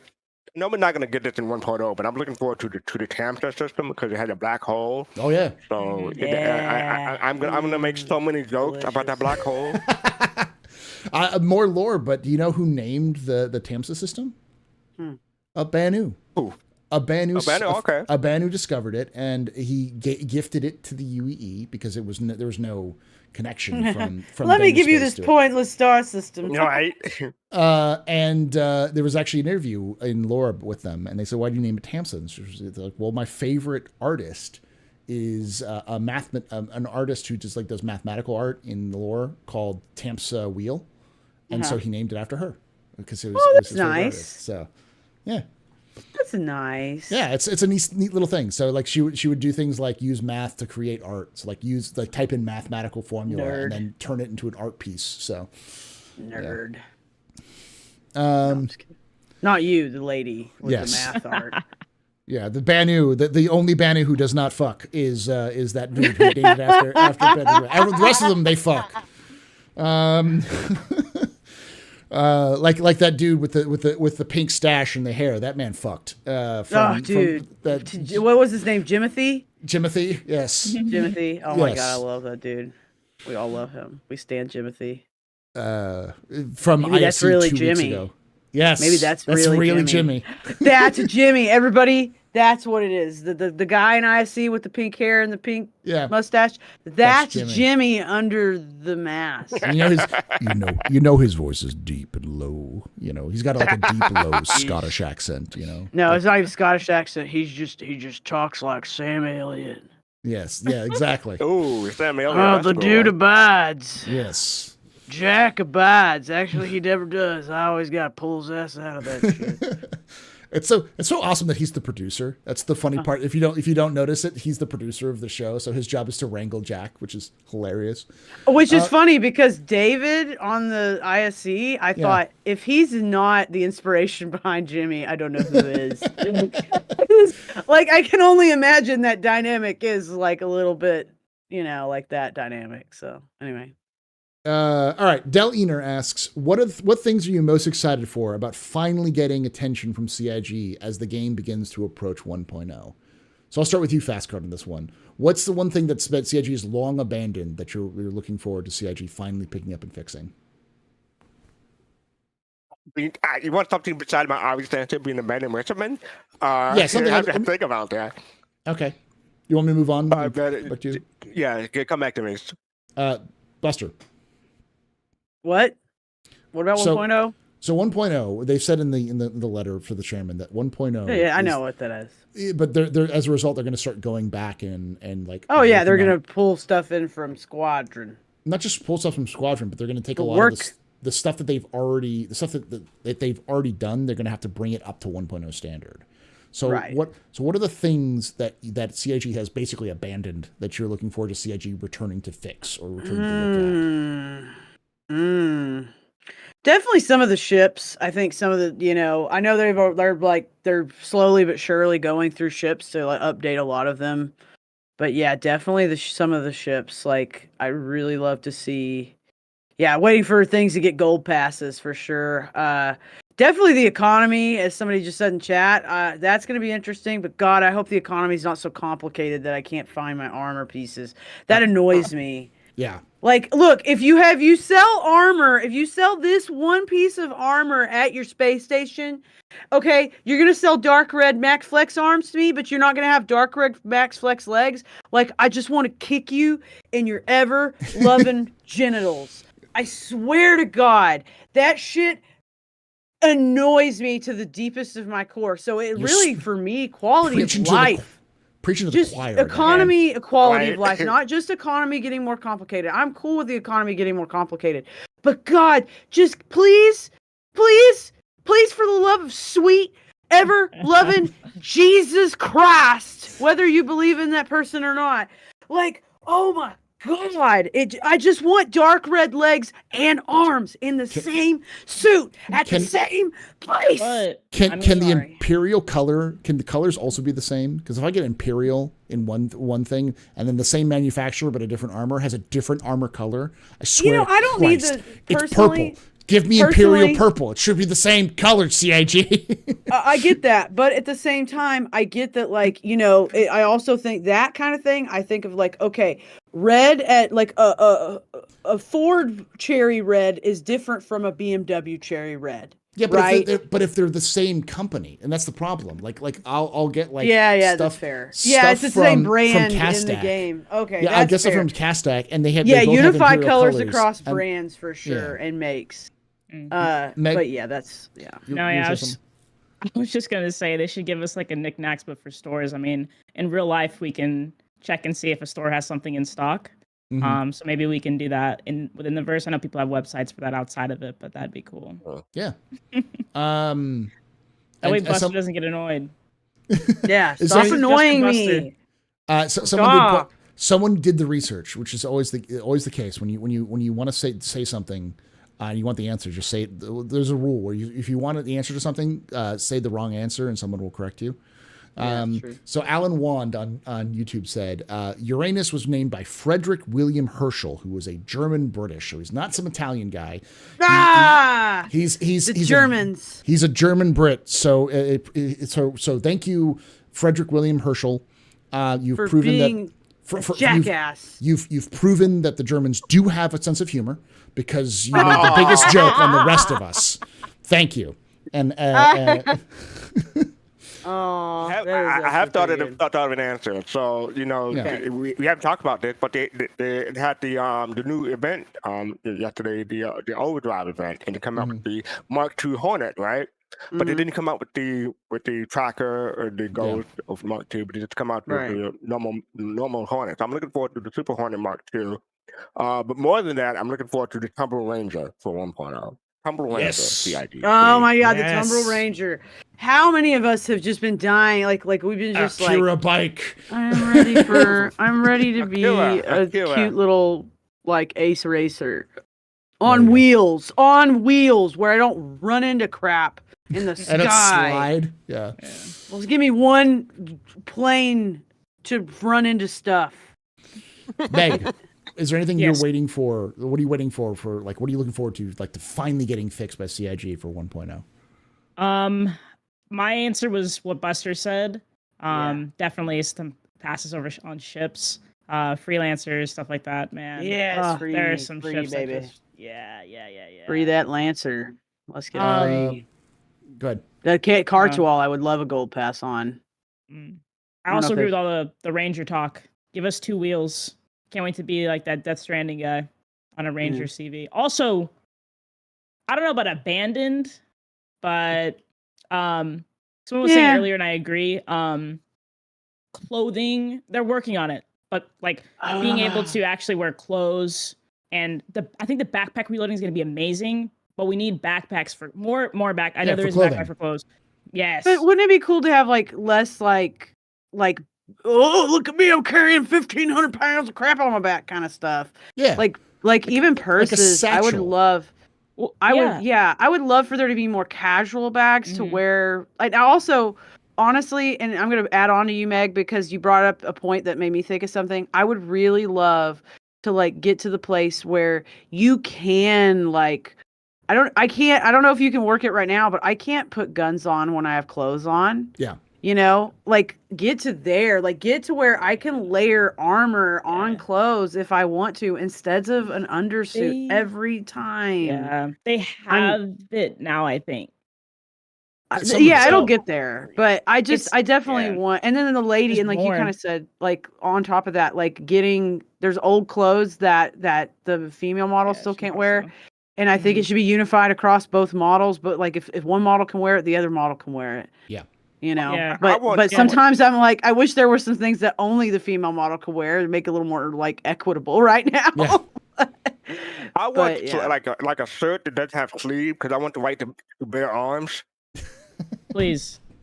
Joke man, please. Like people are saying that there are definitely clothes that can hold like the pistols, but like ARs. I think that I don't know if it's the Dusters, but the Derelict sites, they have clothes that can we definitely need more of that. I know they talked at CitizenCon about the like little things patch.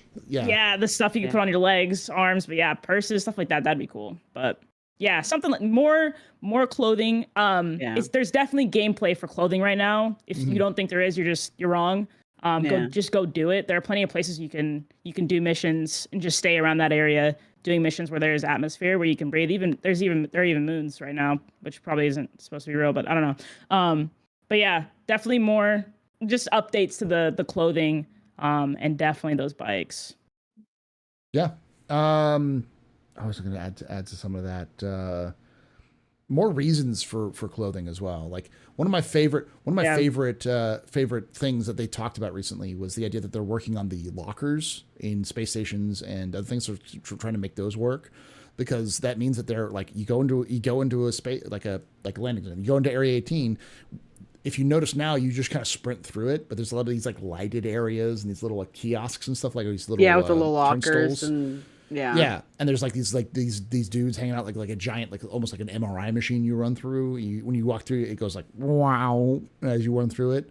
The sound, like a security thing. It's a security thing, and in the future you're supposed to like deposit all your guns and your armor in before you go in there, because they don't want you to walk through, downtown Manhattan, look like you're trying to, that'll be interesting. Looking to like you're a SWAT member or something like that. So you're gonna have to, either at least be in your like your suit, but clothing as well, like wearing clothing.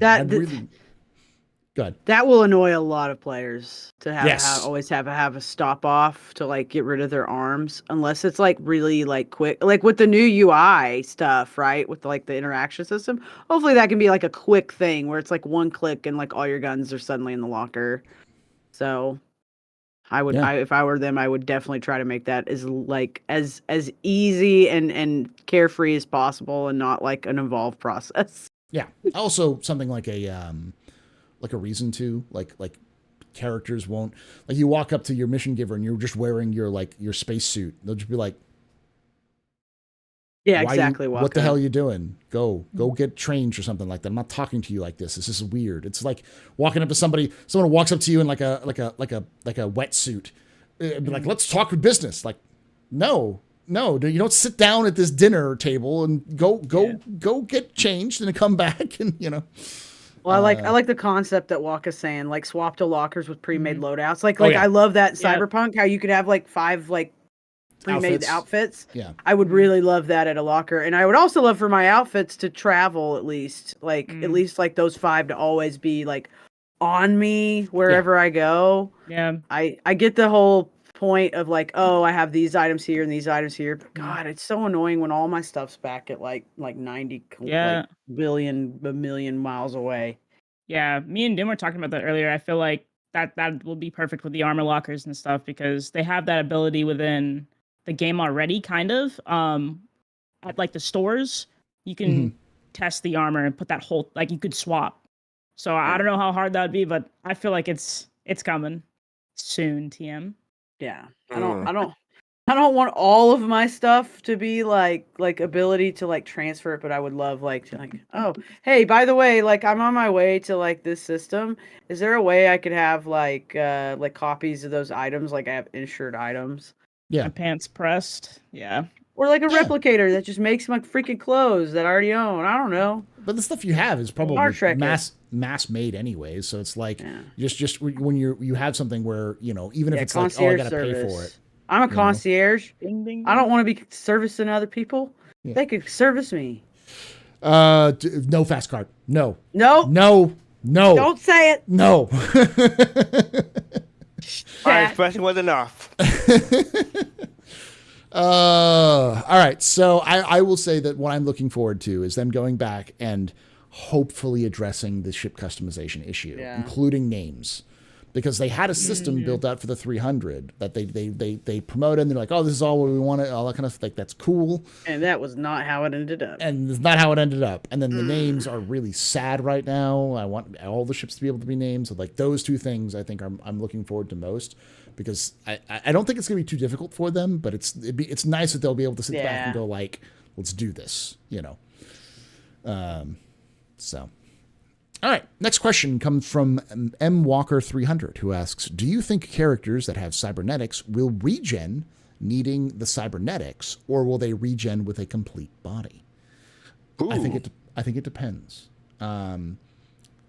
But I do think that if you elect to get a cybernetic implant, that it has some probably advantages, like you can throw stuff faster, or like you have some armor or whatever. Like it takes longer for you to damage the arm.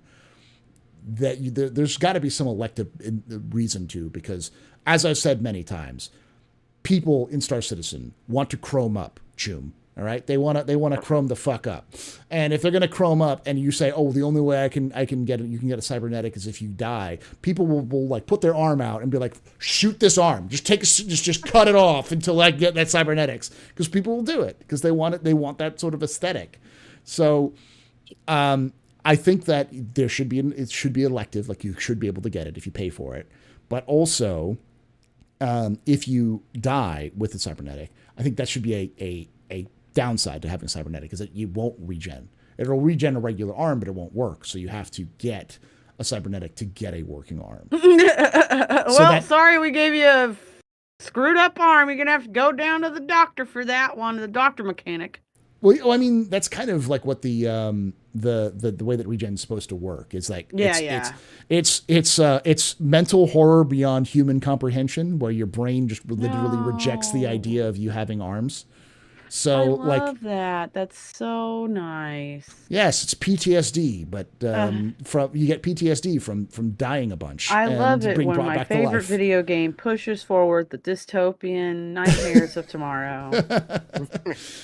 Thank you, something I don't think we talked about, or maybe considered, or some people may have considered, but suppose we get like as many people per survey as CIG wants, like 1,000 people per survey in one place, something like that. Can you imagine what kind of PC load that would put on our systems? Like we would definitely need like a beastie PC in order to render all the cybernetic, the tattoos, the freckles, the skin tones, and all that kind of stuff. Can you imagine what kind of PC we would need when we reach that point? I think CIG is also crazy enough to be able to make it all run on a potato. Because I don't know. Well, they're using the I've seen what Vulkan can do, the Vulkan API can do to a game, because Doom 2016 was built with Vulkan in mind, and they added it after they launched Doom 2016, and it went from being one of the most intensive games you could play on a PC to being literally a potato could run it. And it made it such more accessible, and it still looked great, with Vulkan. Like Vulkan is nuts what you can do with that thing. And when CIG announced they were doing it, I hadn't heard a lot about it, so I did some research, and I'm like, wow, yeah, this is a really powerful engine you can use to really optimize. Is there a Vulkan version of ray tracing, or is that something? Yeah, I think so. There's a version, because they've stopped supporting, because DirectX is no longer being updated and being supported. So like Vulkan is really like the only thing that's left over. There might be something else, I don't know. Vulkan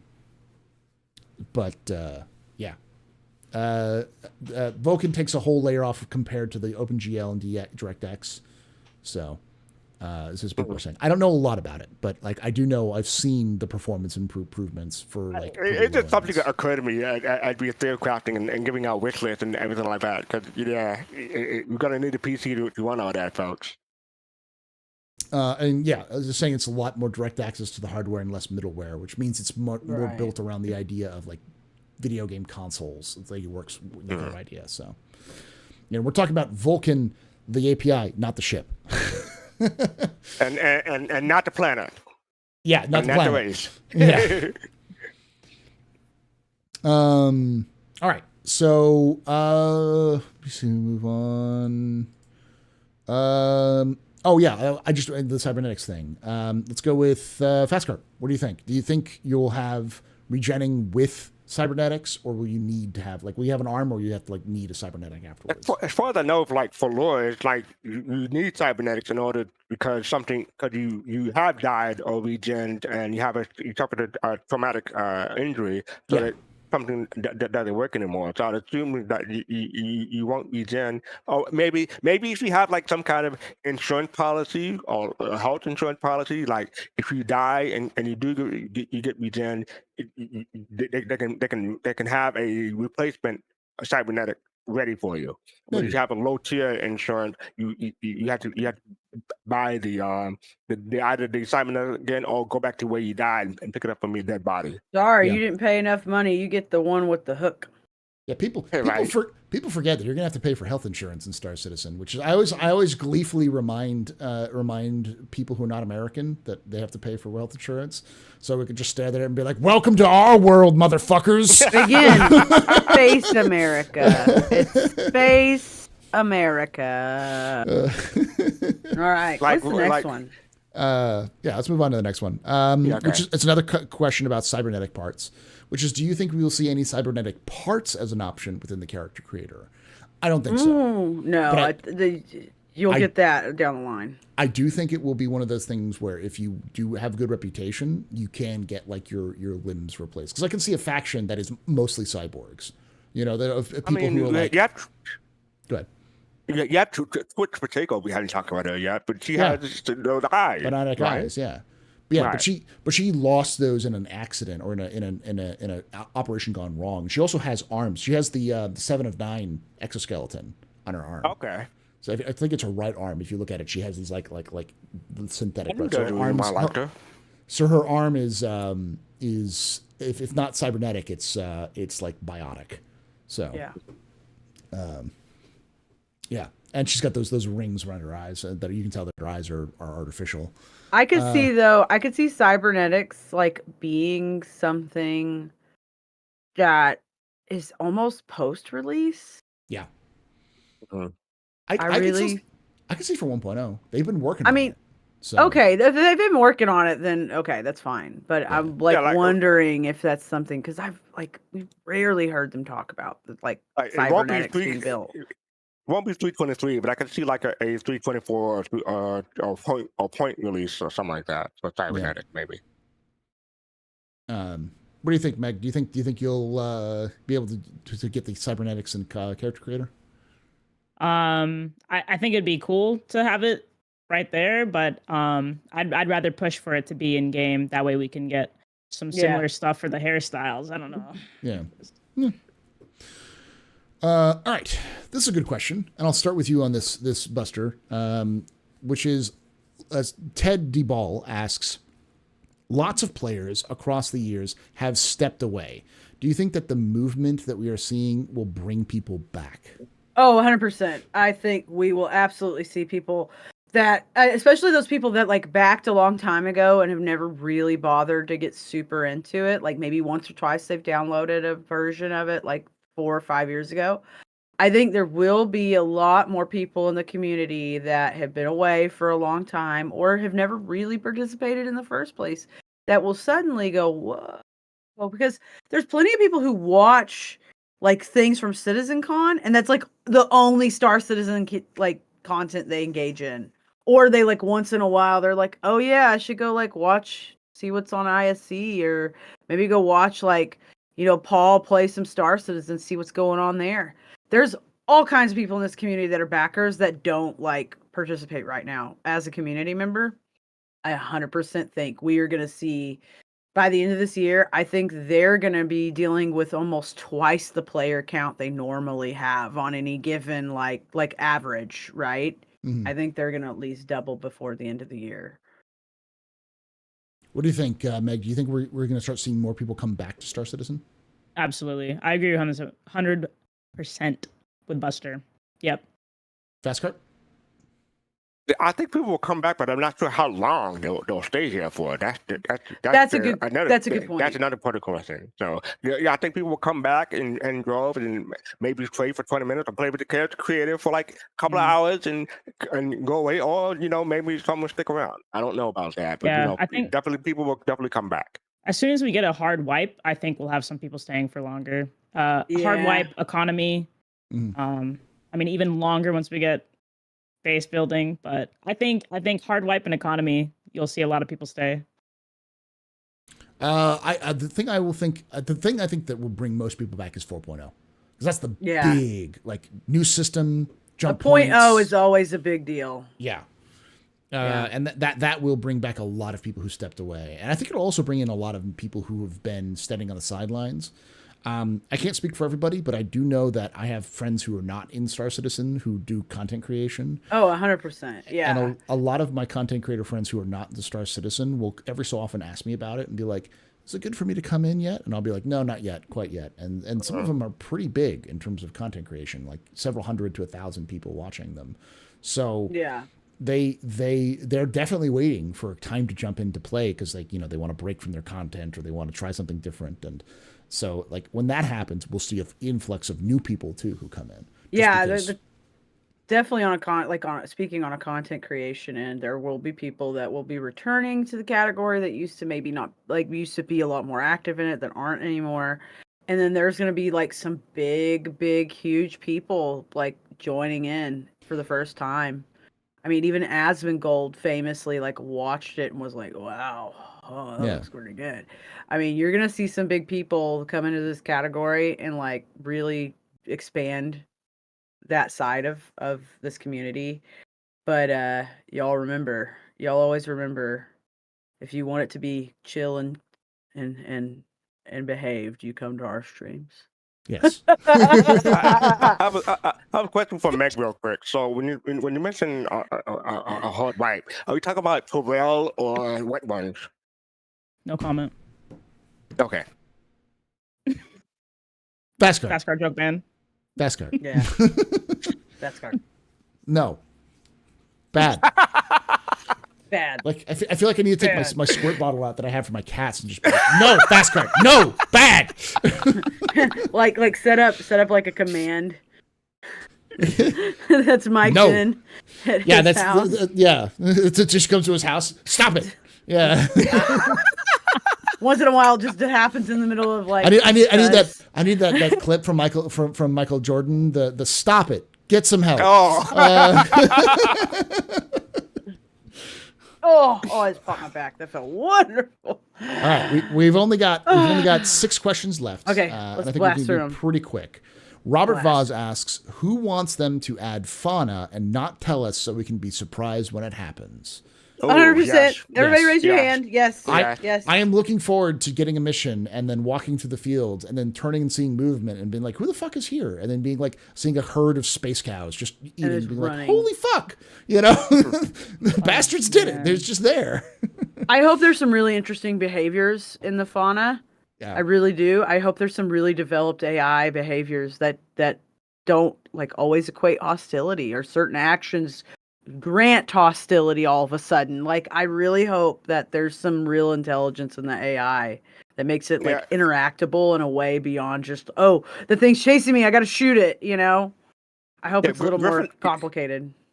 Yeah, Griffin Gaming RPG from Star Citizen always said that he hopes that the animals are passive until people start messing with them, because people will mess with them, right? But as soon as you poke the bear or poke the cow, per se, it'll turn aggressive and mess you up. Yeah, what you don't Somebody know is said that encountering the surprise boreal stalker will be a treat to see. Oh my god! He will I remember. want him to surprise He people will like remember. Virgo. He will have a heart attack. So this is a joke that I have to explain because it's a very inappropriate joke, so everyone understands it. The joke was that I was going to fist fight the boreal stalkers when I see them for funny. And Vertigo says, I didn't hear, what did you say, Paul? You're going to fist the boreal stalkers? And so I ran with it. Where it was going. I ran with it and said, yes, I want to fist boreal stalkers. And so the joke became, we're gonna run at the boreal stalkers with our fists up going, what's your safe word? As we're charging towards them. Okay, I didn't even think of that one. So I've behaved so good. I have been so good. I have been such a good girl today. Like, I deserve praise for that. I will reward you after the show. Send flowers to my office. Yes, flowers and chocolate. Don't send me things I can eat. I don't know y'all. Unless it's sealed. That's what you said last night. With shrink wrap. Never mind. Yeah. Speaking of fauna, with fauna coming into game, will we have to always carry a weapon with us everywhere? Yeah. I mean, I hope there's an option for tranquilizers. Yeah. I hope we have tranquilizers in the future, tranquilizer guns, because I would love to just be able to like put one down but not kill it. The stun guns. We have the electric guns, electric shotgun that we can No, those don't work. Right now they kill people, but yeah. Yeah, they kill. That's another one I'm looking forward to for 1.0 is knocking people out rather than just. I definitely want non-lethal options for weapons. Right. Yeah. And even capturing devices like lassos. I mean, could you imagine me? Here's a good one to make you all stay up at night. There is a creature called a ranta. A ranta is the poo you see scattered around caves. A ranta is described as yes, they live in caves. It's a ranta? That's the ranta. Not the kitty. The kitty's not a ranta. The ranta is described as a isopod. And anyone who knows what an isopod is will know that they're the most cutest and cuddliest little bugs that grow to the size of dogs underwater and will eat the tongues out of fish and replace them until that fish slowly dies of starvation. I dated a guy like that once.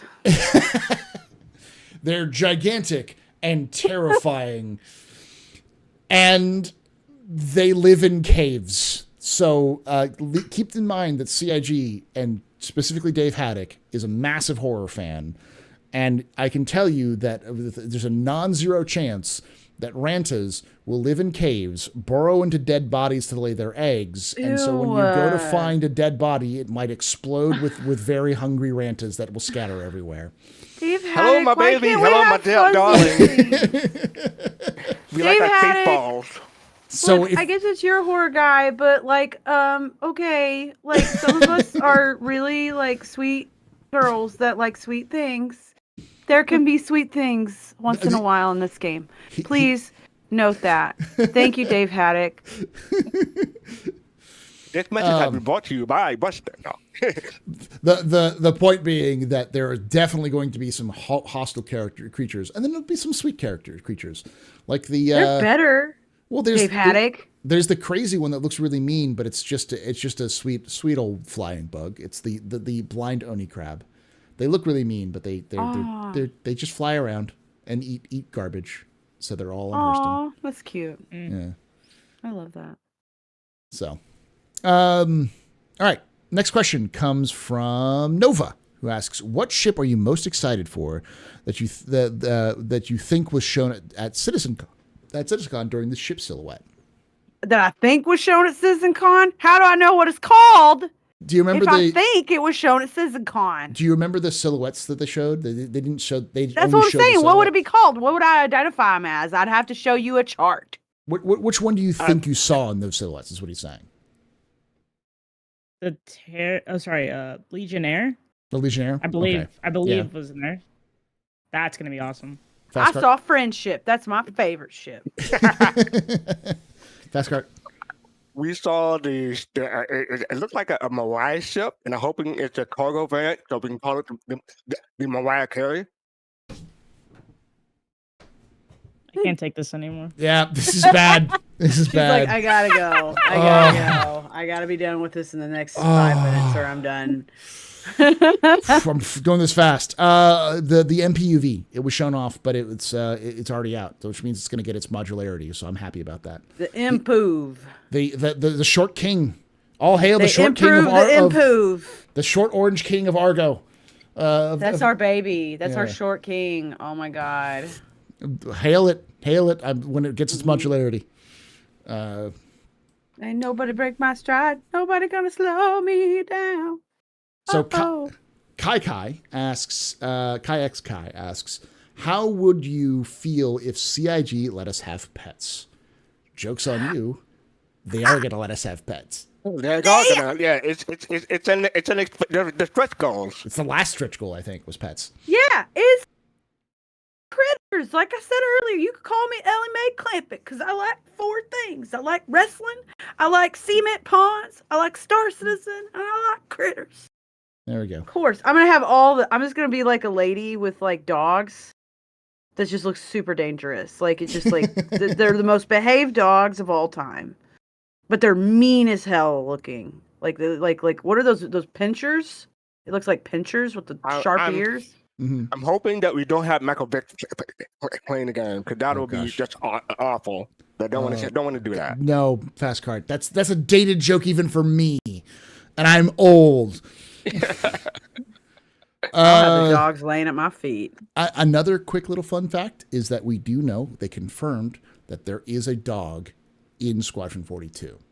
And yes, you can pet the dog. That you would be, that the whole game would need to be taken, like just trashed if they couldn't pet the dog. But if there's a dog in Squadron 42, that means there's going to be a dog in Star Citizen. So that'll probably Y'all, I still offer it to CIG. They can do... Mocap I will bring Weedle. I will bring Weedle to Austin, and she will just be an asshole. Mocap I Weedle. think you should go with that one, but okay. I love that dog, but she's a son of a bitch. All right, so I'll turn this into another one. Like, what pet do you want in Star Citizen? Meg, what's the pet that you want in Star Citizen? It can be real pet we have now, or a space pet. Space pets. Or your own thought of a space pet. Yeah. Randomly off the top of my head, because I'm going first, I have no idea. Maybe like, have you ever, okay, I don't know why ARC is on my mind today, but y'all hear about the Sonoma crops before? I think that's what it's called.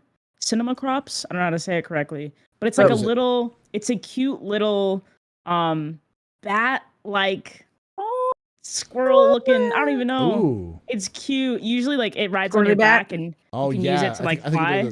Yeah. Or glide. Oh, yeah, that little thing is so cute, and it walks on the floor.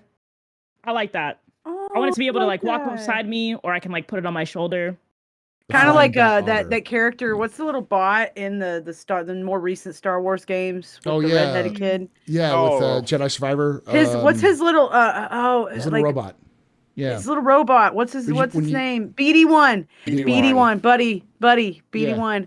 I love BD1. I think BD1's one of the greatest companions in all of Star Wars. I think he's the greatest droid. I would 100% like love a droid or a pet or both. A droid to be cool. Yeah.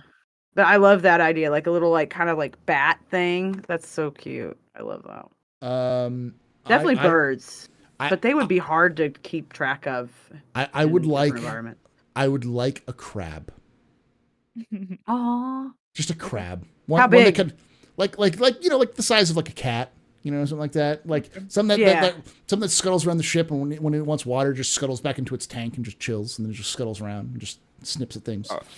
How about this? A crab that when you pet it, it starts singing "Sister Girl" from Little Mermaid. No. Yeah. But some kind of like space crab, some unique sort of like big-eyed, crab or something like that, With like diamond. Yeah, like crazy shells, like a crazy purple shell. Shells. I said it before, but I'm hoping for a little space worm, that lead the trail as it crawls along, like a little snail. Mm-hmm.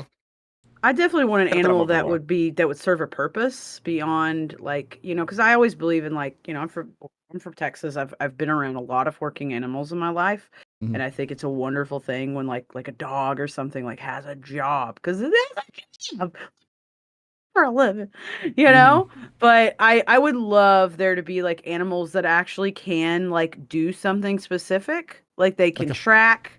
Like the pals from Pal World. I got one for you, Buster. How about a pet that you can put like a saddlebag on it and carry like one SCU or stuff like that. Like a rideable pet. Not a rideable, but well, maybe like not, maybe, but something that carries your stuff for you. I would like there to be a mount, like certain mounts to certain areas, right? Yeah. Like because like causey grazers. I don't care what.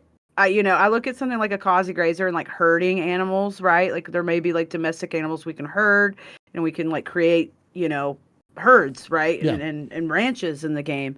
And I would really love there to be a true mount. And I think horses are appropriate. I think horses are one of the hardiest animals in all of human history. And hell Why the hell not? Why wouldn't we have horses on Terra? Why wouldn't we have horses on planets like where they can survive? Because they're technically an like they're not really a native animal to America, right? Yeah. But they have become part of the landscape. I think the homage to the horse should be present in Star Citizen. Oh yeah. Give me The a original rideable, vehicle. give me a rideable royal stalker. A rideable royal stalker as a mount. And other mounts, yeah, like other domesticated like mount type animals in other parts of the game. I always like horses should be in human controlled lands and stuff. I'm a big fan of the chocobo from Final Fantasy, that trope of the chocobo. That chicken? Yeah, but oh my god, a bird, an avian mount, would be like really an avian cool. mount that doesn't necessarily fly but runs. So It runs, has land speed, like the terror bird from prehistoric times, like these giant birds that just like sprint at ungodly hour of like speed. I love those kind of ideas. But the point I was making real quick with mount, like with horses specifically, is like I don't care, like if you're ranching, you always need a mountable animal because that's so much more versatile than a cart. Mm. I mean, animals respond to other animals differently than they respond to vehicles. That's why you don't see cowboys on motorcycles. Yeah. Because a horse can think and know, oh, well, they're all running that way. I can let this cowboy like get a lasso out and like work for a second while I know just to keep going and stay next to this herd. Mountable emus. Yes. Okay. Because emus are another great example of an animal that actually used regard to other animals because they're like that. They're super smart with like they're protecting everything. So yeah, go ahead. Paul, you mentioned chocobos. I'm thinking about if your character ever get hungry, you can have like chocobo legs for fried chocobo legs. I think that'd be something like it's friend shaped, not food. All right, last two questions. Yay. Last two questions. Shimpasta asks, how many hours on average do you think players are going to spend on the new character creator? I'm going to make the obvious joke, 69. Now, Fastcard, how many hours? Why did you do that? Because I was going to steal the joke from you. So much joke. You did it wrong. There's other jokes you can go for. I'm going to say 42. There we go. That's a good one. Buster, give me a number. Average. I think, if we're talking about average for every player across the board, I really think it's going to be down to 20 minutes. Really? Because there's going to be people who just don't care, that still don't care. Random. Yeah. Random, whatever. Looks good enough for me. I think if you look at certain sectors of the community, you will get a lot bigger average because they're more interested in it, right? Oh. Because again, more representation in this game, more ability to look like yourself, whatever that be, or your whatever ideal self you have. Yeah. I think me personally though, I'm going to tell you right now, I bet that when 323 comes out, I will spend the very first stream of 323 just in the character creator. I will probably do full 5 hours in the character creator.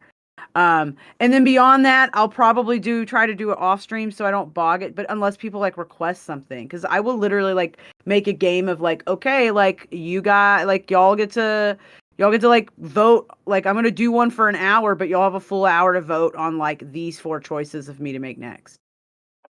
I'm definitely gonna game the game a little bit. All personally. Right. Meg, how many hours do you think? Yeah, my first time probably a whole day. No, honestly, like what? Like 30 minutes. Yeah, like 30 minutes. After that, less. Yeah, because you'll get down to what you like. Yeah. Yeah. Right. I'm definitely. I think I'll do 2 characters. Yeah. Yeah. I'll probably try to do myself, and then I'll probably try to do just like what I like playing as. Which I normally do like pretty much the same in every game that I play. Yeah. So yeah, honestly, probably like an hour. I'll probably try to do 2. Probably take an hour, and then after that, probably just tweak it a little bit every now and then. I'm a really boring person. I know a lot of people like to do machinima and stuff like that. So like Buster was saying, it's really gonna depend on what you're doing. But yeah, me, yeah, probably like. I like just 30 had an minutes. idea for an app. How about an app or a website that lets you submit a photo and then it spits out the code for you to input into Someone- Star Citizen? someone we will were kind develop of talking something about that- that earlier. Somebody asked about that, and we were You think- saying Okay. like Meg and I were both like, nah. I think But I I think it would be cool if it could spit out some base. Yeah. But like I don't want to stats, give. like I don't want to put numbers. a. Hopefully, Yeah. at least Picture. I don't know if there's a place out there, but Spectrum or something. Maybe we can get like a page where people can just put a Post bunch shares. of files. Yep, and then Yeah. we can just Yeah. import. Yeah. Sorry, export, and then just import those and maybe tweak. I would love for somebody, again, boring, for somebody else to do some of the work. I'm really bad at like, man, there are people like Dragon's Dogma recently. People are like doing all these recreations of like other characters. I'm like, I mean, if how you're are you good doing enough at this? it, you could Yeah. probably like. Make You it- could probably like charge start money a for it. Patreon Yeah. where Yeah. like, oh, okay, I take specific requests. You know, Yeah. I'll do it even if it takes me an hour. Like, I don't know how that would work because it's technically like putting CIG content behind like a subscriber wall in a way. But I don't know. I would love for people to tip me to make them stuff because I do But it all to tell you day. what, I'll do it. you make the Patreon, I'll make the OnlyFans. All right. Well, Uh, they're only your fans. The Speaking of hot stuff and creation, Now, last question. well, there's a different last question. I just glanced over, but apparently, there is the 4th new volcano has erupted in Iceland just now. Ooh, Iceland, you ain't Fourth- gonna be the icy fourth- for much longer. The 4th one since December, so it's near the town of Grindavik.